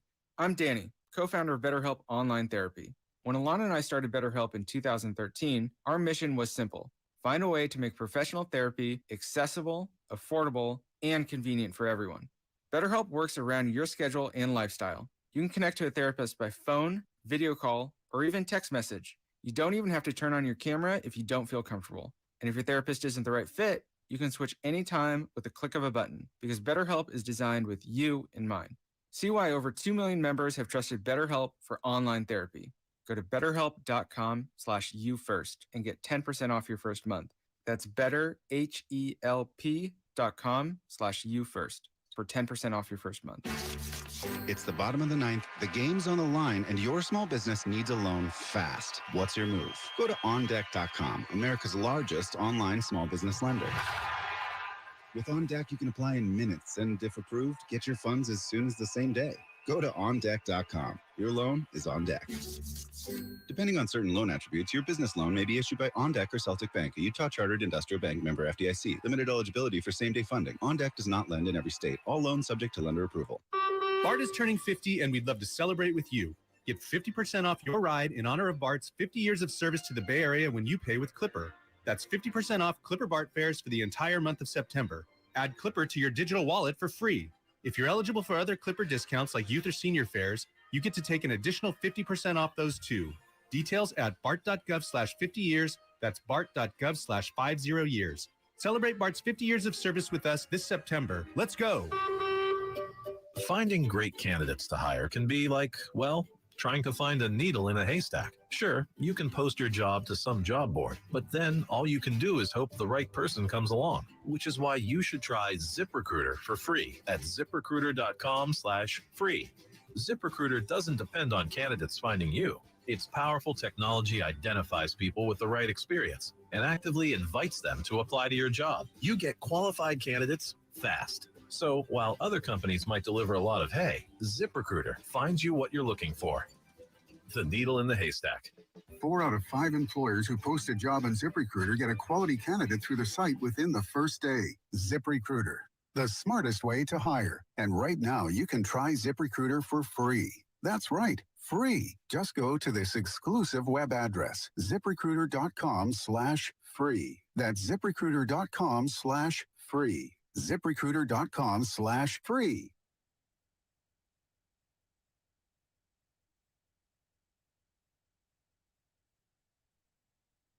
Now, back to Willard and Dibbs on 95.7 The Game. We are having fun with roster cutdown day in addition to discussing this Jimmy move, and we'll get back to your calls in just a second. Here's the 49er update. Dante Johnson, veteran defensive back, has been cut by the 49ers. And yes, for those of you who were with us a few minutes ago when I was like, did I see Jordan Willis's name come across? No, Jordan Mills. Jordan Mills' gotcha. Name came across. The offensive lineman as being cut. So Dante Johnson is gone. And then here's an NFL surprise that I am going to have so much fun with at dinner tonight because my son last night, when Lovie Smith in Houston would not, they go, who's your starting running back? And he goes, I'm not naming a starting running back. Right. And my son from a week ago, he was having a draft. And I go, brother, you need to go get yourself Dameon Pierce. You need to go get yourself Dameon Pierce. That is the Texans starting running back. And he goes, no, it's not. They've got Marlon Mack. I go, will you please trust me? Dameon Pierce is going to be their starter. So last night, Lovie Smith wouldn't name a starter. And he goes, see, Dad, you're wrong. It's totally going to be Marlon Mack. And I go, will you let this play out over the next 2 weeks? I'm telling you that Dameon Pierce is their starter. Guess who just got released? Marlon Mack. He's not even on the team. That is so If funny. there is ever a vote of confidence in a young player, it's what the Houston Texans just did. They have got a young running back they love. Yeah. His name is Dameon Pierce. And he's good. And my 13-year-old said the same thing last night. I came in and he's like, Dad, you reached for Dameon Pierce because I took him in the 3rd round. I'm like, yeah, I know I reached. He's like, no, third round Dad is a reach. He's but like, still. Dad, no, you really blew it because Marlon Mack's probably going to be the starter there. I go, no, he's not. Marlon No, he's Mack. not. I go, did Dameon Pierce get hurt? He's like, no. He's like, oh, just wait. We'll see how it all shakes out. I'm shocked, actually, that they didn't at least keep him as a backup. I wonder if Marlon Mack's agent didn't say, Adele Dazeem, let him go, because Marlon Mack is still only 26 years old. Yeah. So he probably thinks he'll be the first call, and he probably will be if he's not signed right away somewhere else. If a running back gets hurt somewhere, he'll be the first call. I wonder if his agent doesn't know something somewhere where somebody will give him a little bit more of a role, because Dameon Pierce is going to be that dude in Houston this year. Hope he is blessed with health. So, all right, let's keep it going. Larry Krueger in for Dibbs. Willard and Dibbs, 95.7 The Game. How about Darnell in Oakland? Darnell, what's cooking? What's shaking? What are you doing? What's going on, fellas? What's up? So, I just I had 2 things. So the first one is I disagree with the notion that the 49ers are not all the way sold on Trey Lance yet, and that's the reason why they're bringing in Jimmy. I would be more, to me, I would be more concerned if they said we're bringing in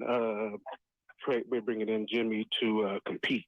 Now, if they're saying Jimmy's going to compete for a certain job, then I'll be more concerned about Trey Lance. The second thing is with the whole Jimmy thing is we just have to listen to what they were saying all offseason, which was we're not going to let him go for nothing.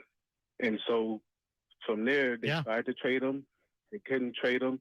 They made his contract a little more tradable, and they get to keep him as an insurance for trade. And at the end of the season, once it all play out, they get a compensatory pick for him. So to me, it's just all about them trying to get something for Jimmy and not letting him go for anything. I think that's what the whole Jimmy Stan situation about. Just make sure that they always get something for him and not let him go for nothing. I mean, Darnell, there's a lot of what you're saying here that's really, really smart and spot on. You've clearly read up on the situation. Like, I wonder if people have thought about that aspect of it. When we talk about what could the 49ers get for Jimmy in a trade, I think we quickly got to a spot this offseason where fans would love a third-round pick, right? Well, that's what you get next year now if he just plays this out and leaves and signs somewhere else. The 49ers will get a compensatory third-round draft pick, and so that's the bottom now. You're not taking anything less than that.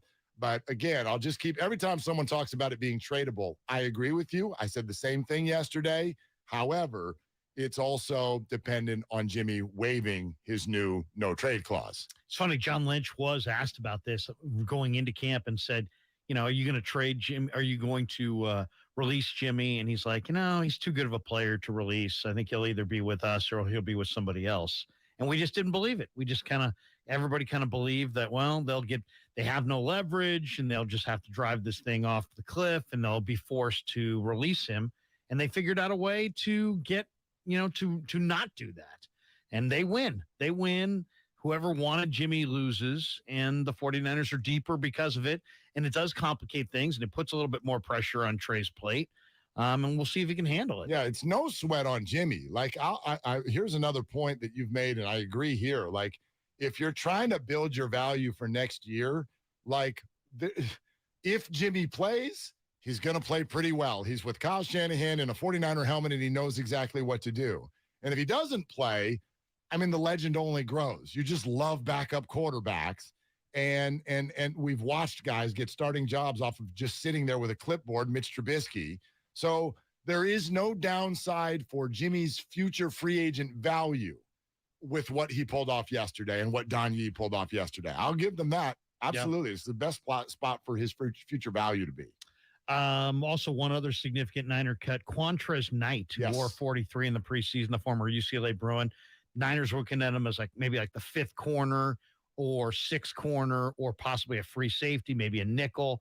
He got cut. So I would imagine, his dad, Tommy Knight, follows me on Twitter and was hopeful that Quantrez would make it. Sounds like he's ticketed for the practice squad if he clears. If he clears, yeah. Let's see. Is it Jaguayo? Did I say that right? Jaguayo in Soledad. Hey, you're next up with Mark and Larry. What are you doing? Oh, not much. Just listening to you guys. Appreciate it. So I just want to make a couple of points.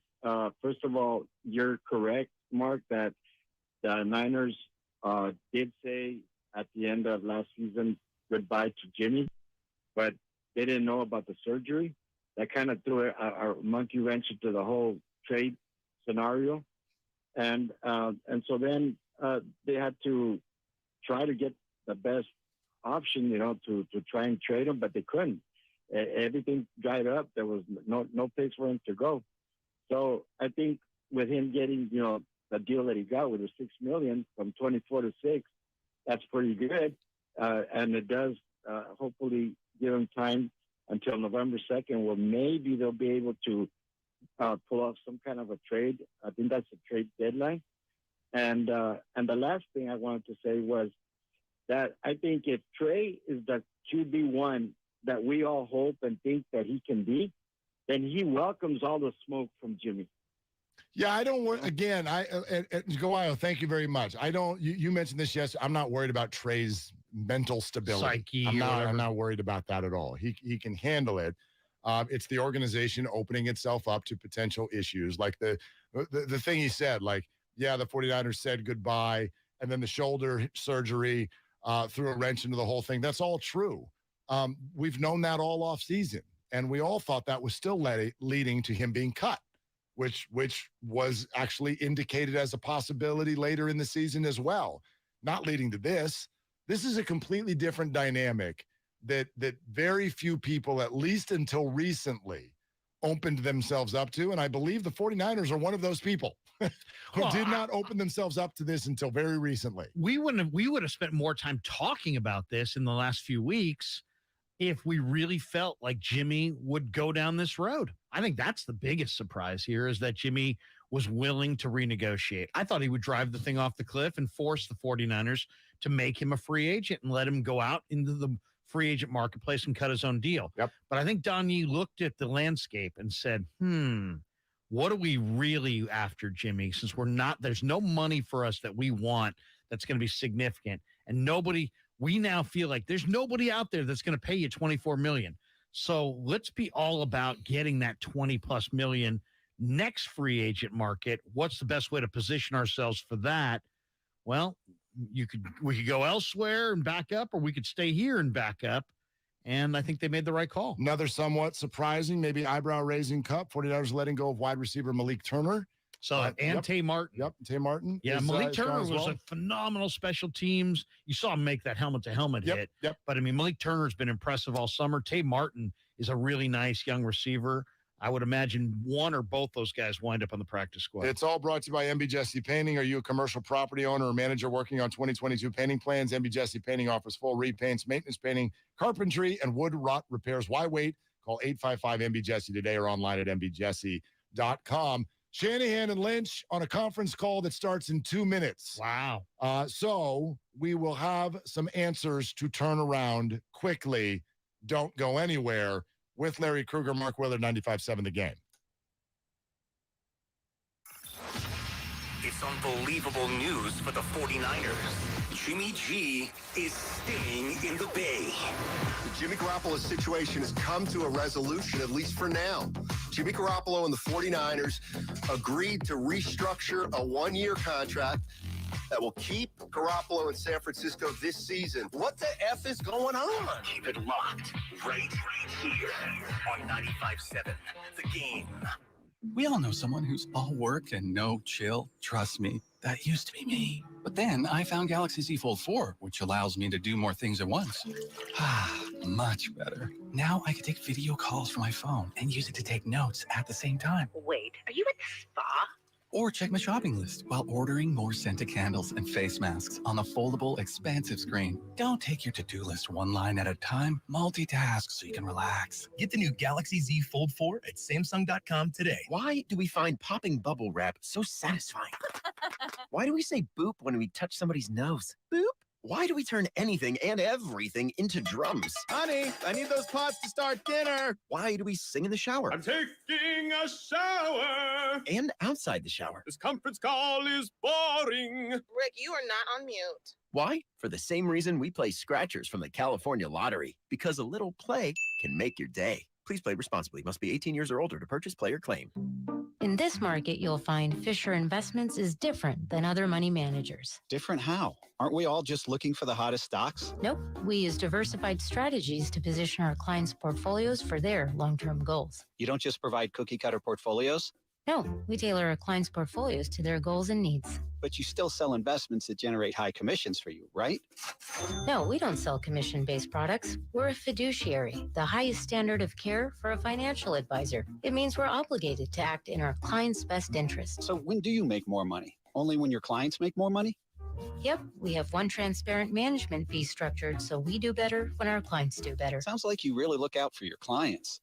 We do, because our priority is helping them achieve a comfortable retirement. That might be why most of our clients come from other money managers. Visit FisherInvestments.com to find out why investors like you switch to us. Fisher Investments. Clearly, different money management. Investments in securities involve the risk of loss. Hey, Becky, what about this beat for your next song? It's cool, but I'm into faster stuff lately, like Xfinity that gives me beyond gig speeds. Got it. What about this then? It sounds powerful, just like Xfinity. Because its supersonic Wi-Fi has 3 times the bandwidth, you can connect hundreds of devices at once. That's what I call power. Unbeatable internet from Xfinity. Made to do anything so you can do anything. Get the Xfinity Supersonic Bundle with unlimited gig speed internet, Wi-Fi equipment included, and a free 4K streaming box. All for $50 a month with a 2-year internet rate guarantee and no annual contract when you add Xfinity Mobile with unlimited data at regular rates. Go to Xfinity.com/gig, call 1-800-XFINITY, or visit a store today. Limited time offer. Restrictions apply. Requires paperless billing and autopay. New Gigabit Extra internet customers only. Taxes and fees extra and subject to change. Xfinity Mobile requires post-pay Xfinity internet. Reduced speeds after 20 gigabytes wireless usage. After 24 months, regular rates apply. Requires compatible Xfinity gateway. Breathe new life into life at home with IKEA Festival. 10 topics, 1 purpose. To get more out of the homes we love. What are you passionate about? Art, dance, music, food, fur babies. Get inspired, create, and share with us. With celebrations, giveaways, IKEA family offers, and live streams with expert advice. It's all happening at IKEA Festival. Join us from August 26th through September 10th online or at your local IKEA store. Learn more at IKEA-USA.com. Drivers who switch and save with Progressive save over $700 on average, and those savings add up. Imagine what you could buy in the future. So yeah, I used the savings from switching to Progressive 50 years ago to finally buy my dream car. It's a self-driving flying car, but we just say self-flying now. You know, because it's the future and cars fly in the future. So switch to Progressive and save big, because those savings can add up in the future. Progressive Casualty Insurance Company and Affiliates. National annual average insurance savings by new customers surveyed who saved with Progressive in 2020. Potential savings will vary. Woo! This feels good. Why does he feel good? Because he has all the hot water he needs. Now you can catch the feels with a Navien tankless hot water heater. Imagine all the hot water you want for as long as you need. No wasting money and energy. No more cutting that shower short. Just hot water all the time, every time. So feel good. Woo! So good. With a Navien tankless hot water heater. Visit tanklessmadesimple.com to learn more. You can't get much for $5 these days, unless you go to Wendy's for a $5 biggie bag. Get your choice of double stack, junior bacon cheeseburger, or crispy chicken BLT, plus 4-piece nugs, fries, and a drink, all for just $5.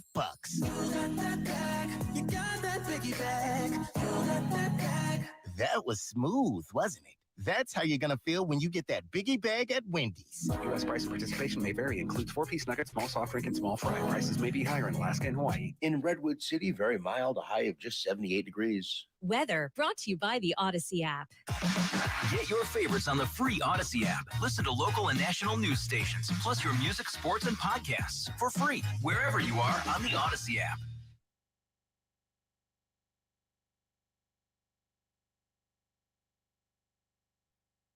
Now, back to Willard and Dibbs on 95.7 The Game. Okay, Larry is in for Dibbs, obviously. Hello, Mila Dibley. Welcome to the world. That was yesterday. A little clap for her. Yeah. Give Dibbs a little shout on social media if you can. He is a daddy again. He is a girl dad for the first time. There you go. I love being a girl dad. Yeah. Me too. And then Stein and Gu are going to get in here in a second.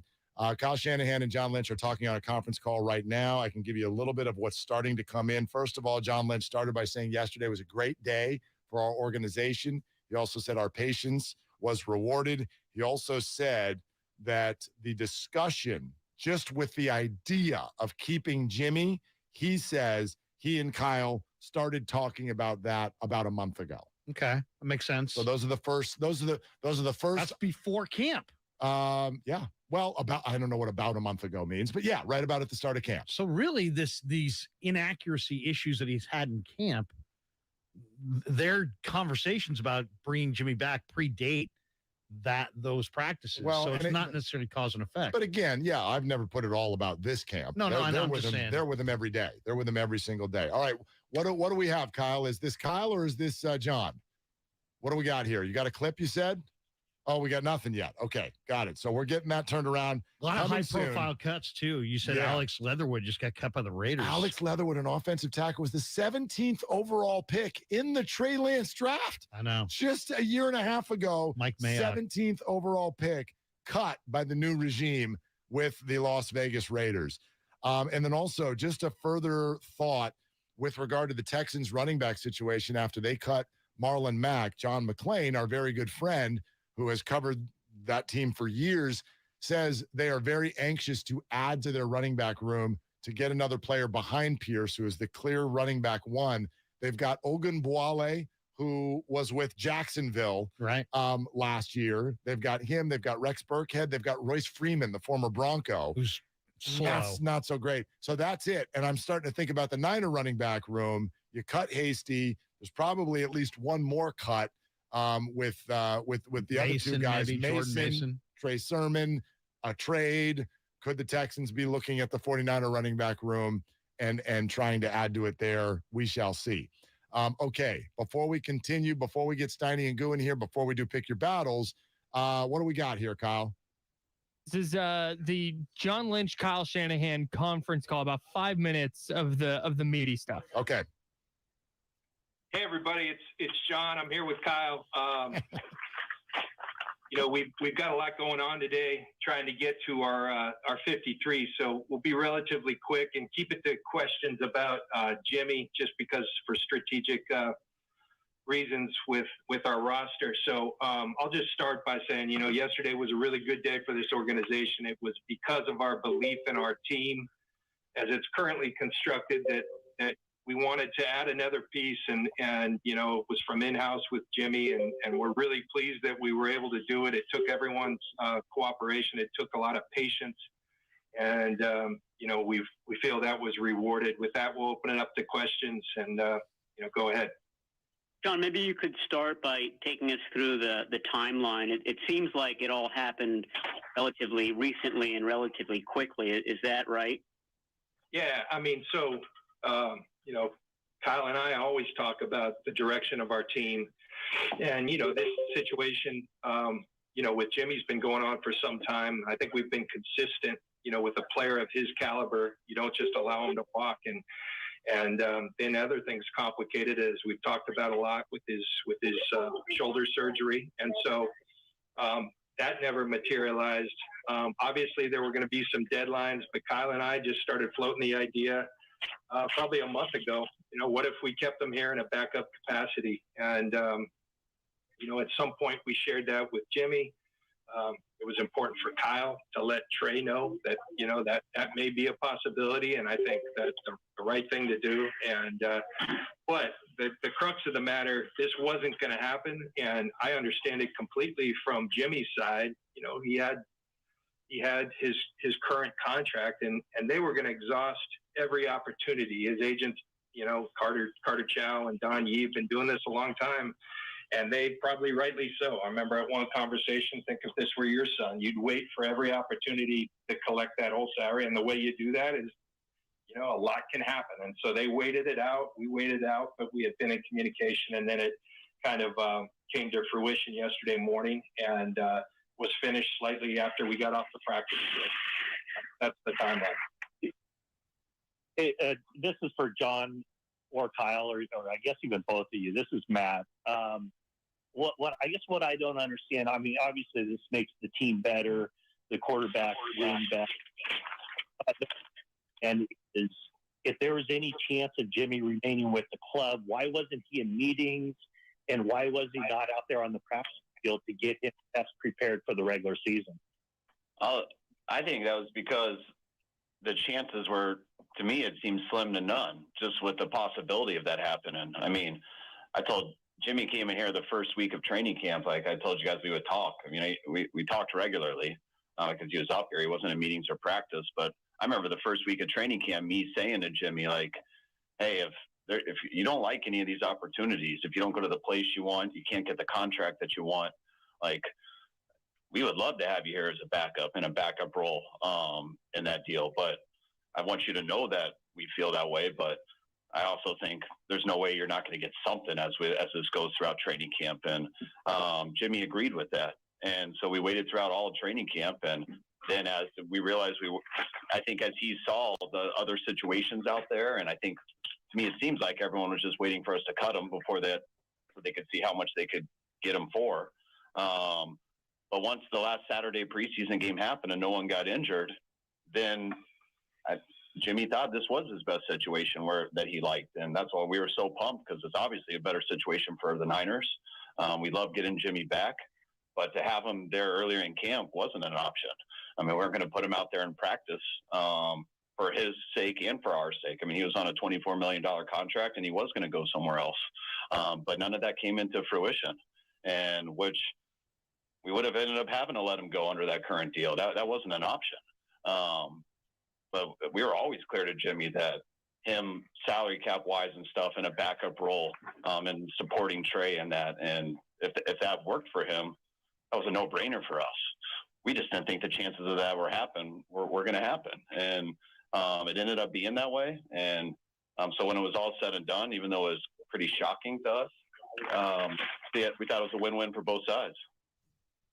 All right, there's a good snippet of Kyle Shanahan and John Lynch. And by the way, some breaking news has come from the conference call in what was continued and said next in that. And I knew, boy, this would just put a huge smile on your face. Ladies and gentlemen, say hello to your third string quarterback, Brock Purdy, who has made the roster for the San Francisco 49ers, solidifying the quarterback room with these other two schmucks. Who knows who they are, Trey Lance and Jimmy Garoppolo. But Larry, your boy is on the team. I feel very vindicated by that.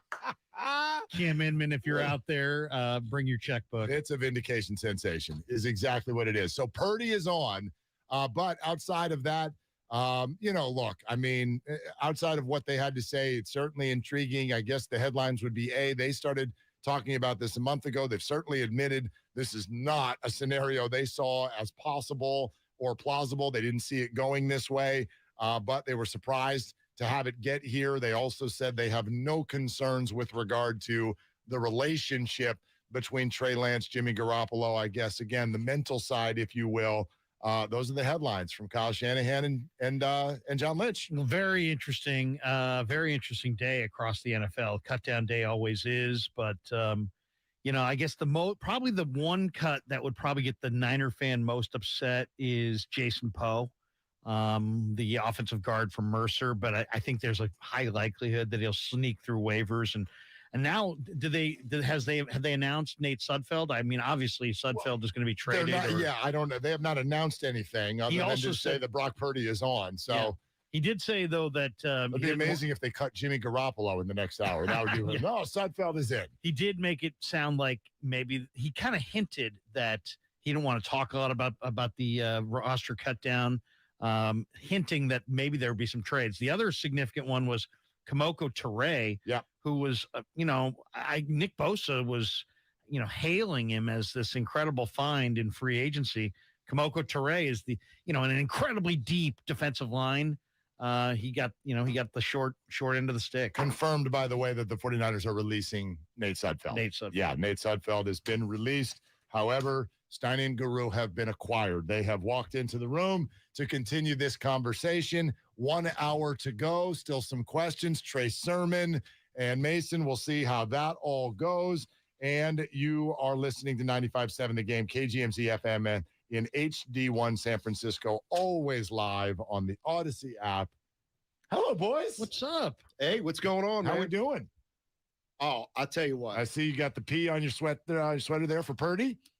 Sure. Congratulations. Listen, this news that came out yesterday is one of the most unexpected and important sports plays and moves in the last several years. I'm sorry.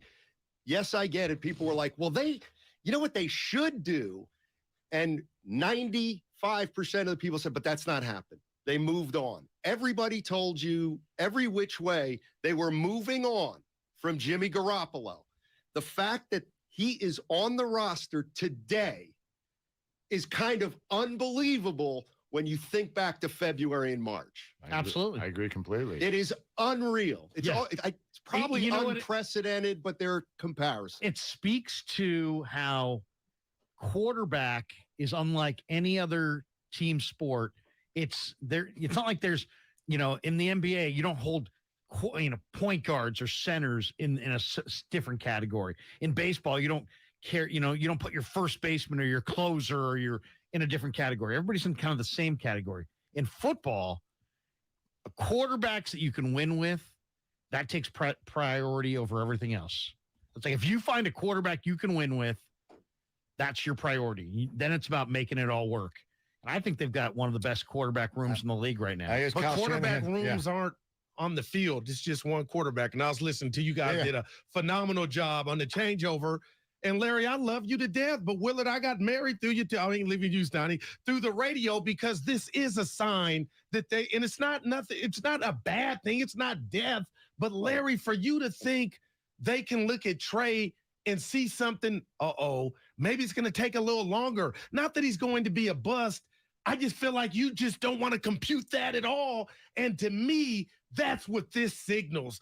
That is what this is about. And now it's about, let's say it's not injury. If they go 3-5 and Trey, we can all tell that the TV won't lie to us and he's not getting it done. Now will 10 come out to save the team? Because that's what this is about, not this scholarship that we thought Trey Lance had. He's got 8 lives now because we were, he can't, even I said it, the silhouette of Jimmy on the sideline will ruin him. They're telling him, I believe, hey, we love you to death. It's your show to begin with, but 10 is over there if this goes all bad. See, I know it's easy to say it's not about Trey, but I don't think it's about Trey. I think it's about competitive, putting together the best Super Bowl team, and we'll find out. We're going to see. We're going to see Trey start against. And I ain't rooting against Trey. I know, but we're going to see Trey play in Chicago. We're going to see Trey play at the beginning of the year. We're going to find out. We're going to find out where he's at. And I think there's going to be a lot of people who are singing this song of, man, this is an indication of bad. Right. They have bad thoughts about Trey. I think that tune is going to change. It's not that. Like it's like sign. Like this is getting too heavy too fast. Yeah. Nobody's saying there's an alarm going off. What I think a lot of us are saying is it feels a little naive with what we know in the NFL to think that this is what they're saying it is, which is like, why have one quarterback? Listen. There's to me, Larry, I don't mean. Steiny, 1 minute ago, Kyle on the conference call, quote, there are 32 starting quarterbacks in the NFL. We believe we've got 2 of them. What is the First of all, my follow-up question is, so which is the other team that doesn't have one? You stole 2. But second of all, come on, man. This isn't the way you do it. Listen. This isn't the way you do it. I always try to look at best case scenario. So to me, it's undeniable we are no longer in best case scenario. The best case scenario I agree with was Patrick Mahomes. Yep. It was Patrick Mahomes.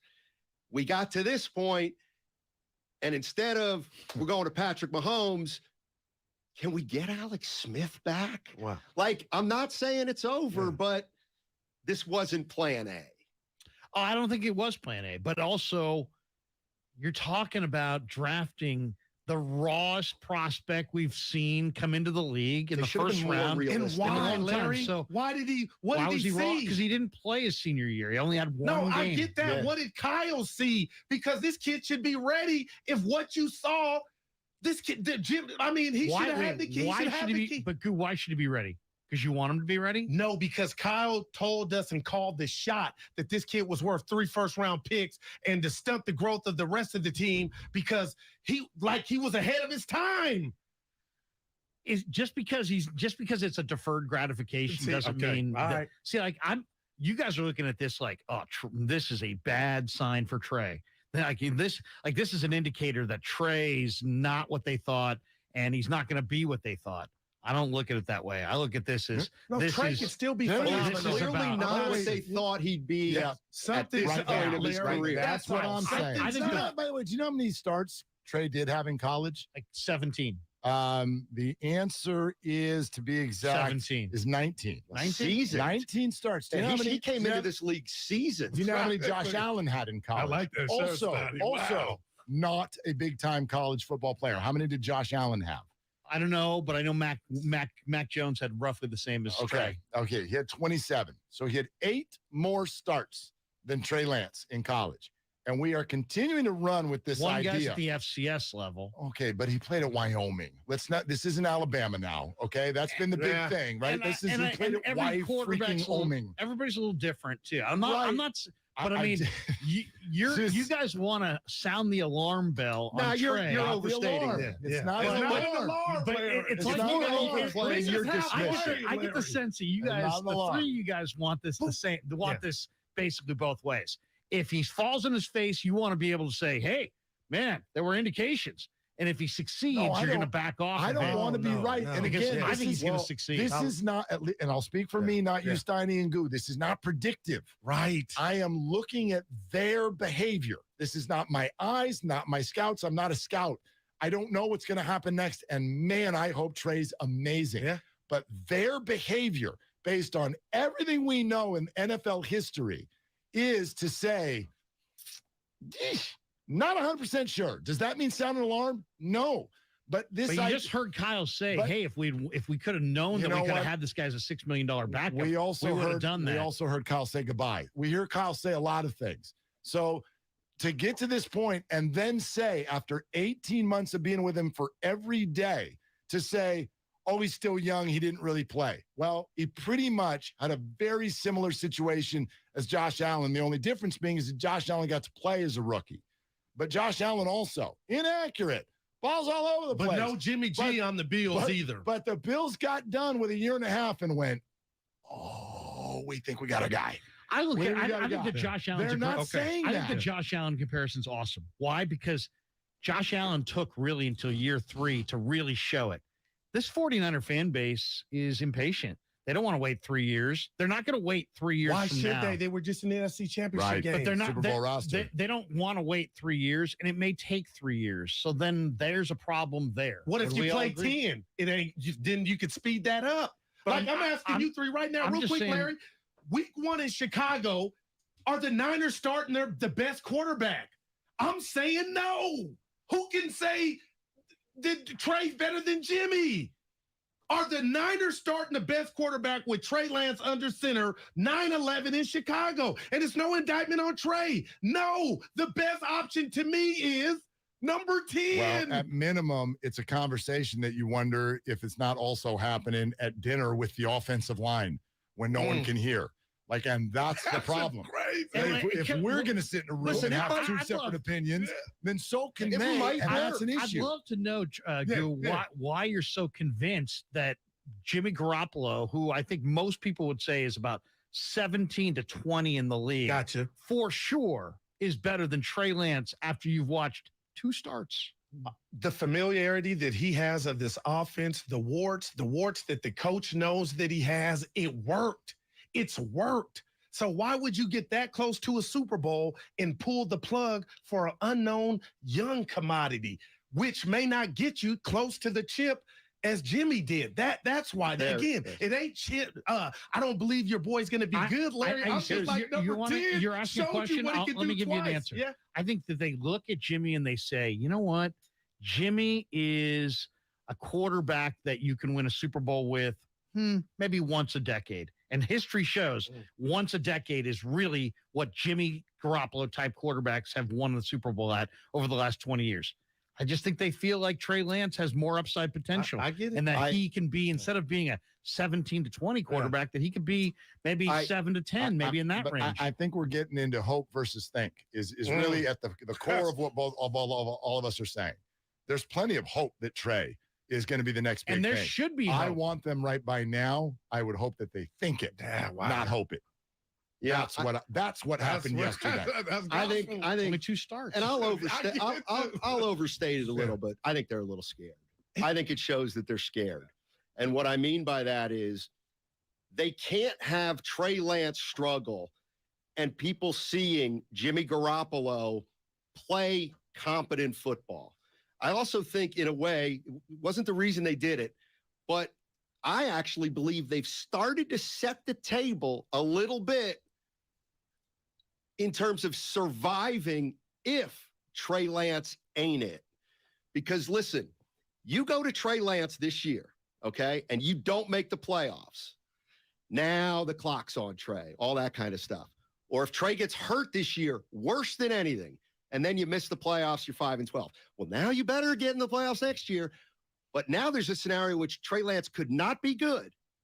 Replace him with Jimmy and still make the playoffs. Oh, man. And look, it's a little like Zito, but not quite in that, the Giants kind of got away with that terrible signing of Zito. Why? Because they won titles during the time that they'd made that critical mistake. And then lo and behold, Zito helped them that one game. Yeah. He won 16 games. But the equivalent of Zito's big game could be Jimmy wins the Super Bowl. Well, maybe not wins the Super Bowl, but wins a game or two along the line, or a playoff game, and then you go back to Trey. So I think it protects them a little bit and gives them a little more wiggle. They got more of a leash while they're taking away some of Trey Lance's leash. It's a hedge. How can you not say it's a hedge? It's a hedge. Thank you. I took 3 minutes. I'm not even disagreeing that it's a hedge, because I think that's pretty clear. I just think that it's more about, you can get Jimmy for really cheap, and you can prevent him from playing in your division, and that improves your Super Bowl equation this year. And then who knows? Who knows how long it's going to take for Trey Lance? I've heard this said a few times down there in the last month. We know we got the right guy. Now it's about coaching him to be the right player. And maybe that's a process that's going to take more than a year. Yeah, that's hard. And Willard, what did you say? I told Stoney in the green room, you heard whispers from people in the organization that, there's a possibility Jimmy could start week 2. Well, again, how heavy is that? Bury me with that. When I say whisper, I don't want to make it sound like I talked to some coach. What I'm talking about there is, again, you have created a situation where, and this isn't just fans, and it's not just media, it's teammates. And Larry, you've actually, maybe in a backwards way, you've spoken to this. Like, what do you say to Trent Williams, who's 34 and wants to win a Super Bowl? If the 49ers come out losing, there's 2 ways to lose. It can be the defense was terrible and you lost 34-31, or Trey threw 2 pick sixes and you lost the football game. If they come out losing and it appears that Trey's the reason, it's got to be quick. It's a quick trigger to Jimmy Garoppolo, because you owe it to the locker room. If that's how the whole sideline feels. And now that timeline is so much shorter. So that's why we're saying, man, this really put Trey in a tough spot. Not because of his mental makeup, but because if he's not good, you got to yank him like right away. You don't have time to waste.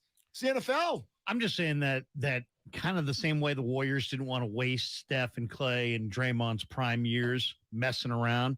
The Niners don't want to mess up they don't want to waste another year. Let's be honest. They've already wasted multiple years on injuries because they didn't have a quarterback, and suddenly the whole thing came apart. I don't know that Kyle and John are well thought of, but they don't have another year to waste on. The quarterback wasn't ready. The quarterback was hurt. So having 2 quarterbacks in this scenario, they're going to have a lot more leash from the audience and a lot more wiggle room if they can get a Super Bowl with whomever is at quarterback. No doubt. Exactly. They're going to have, as a regime, they're going to have more,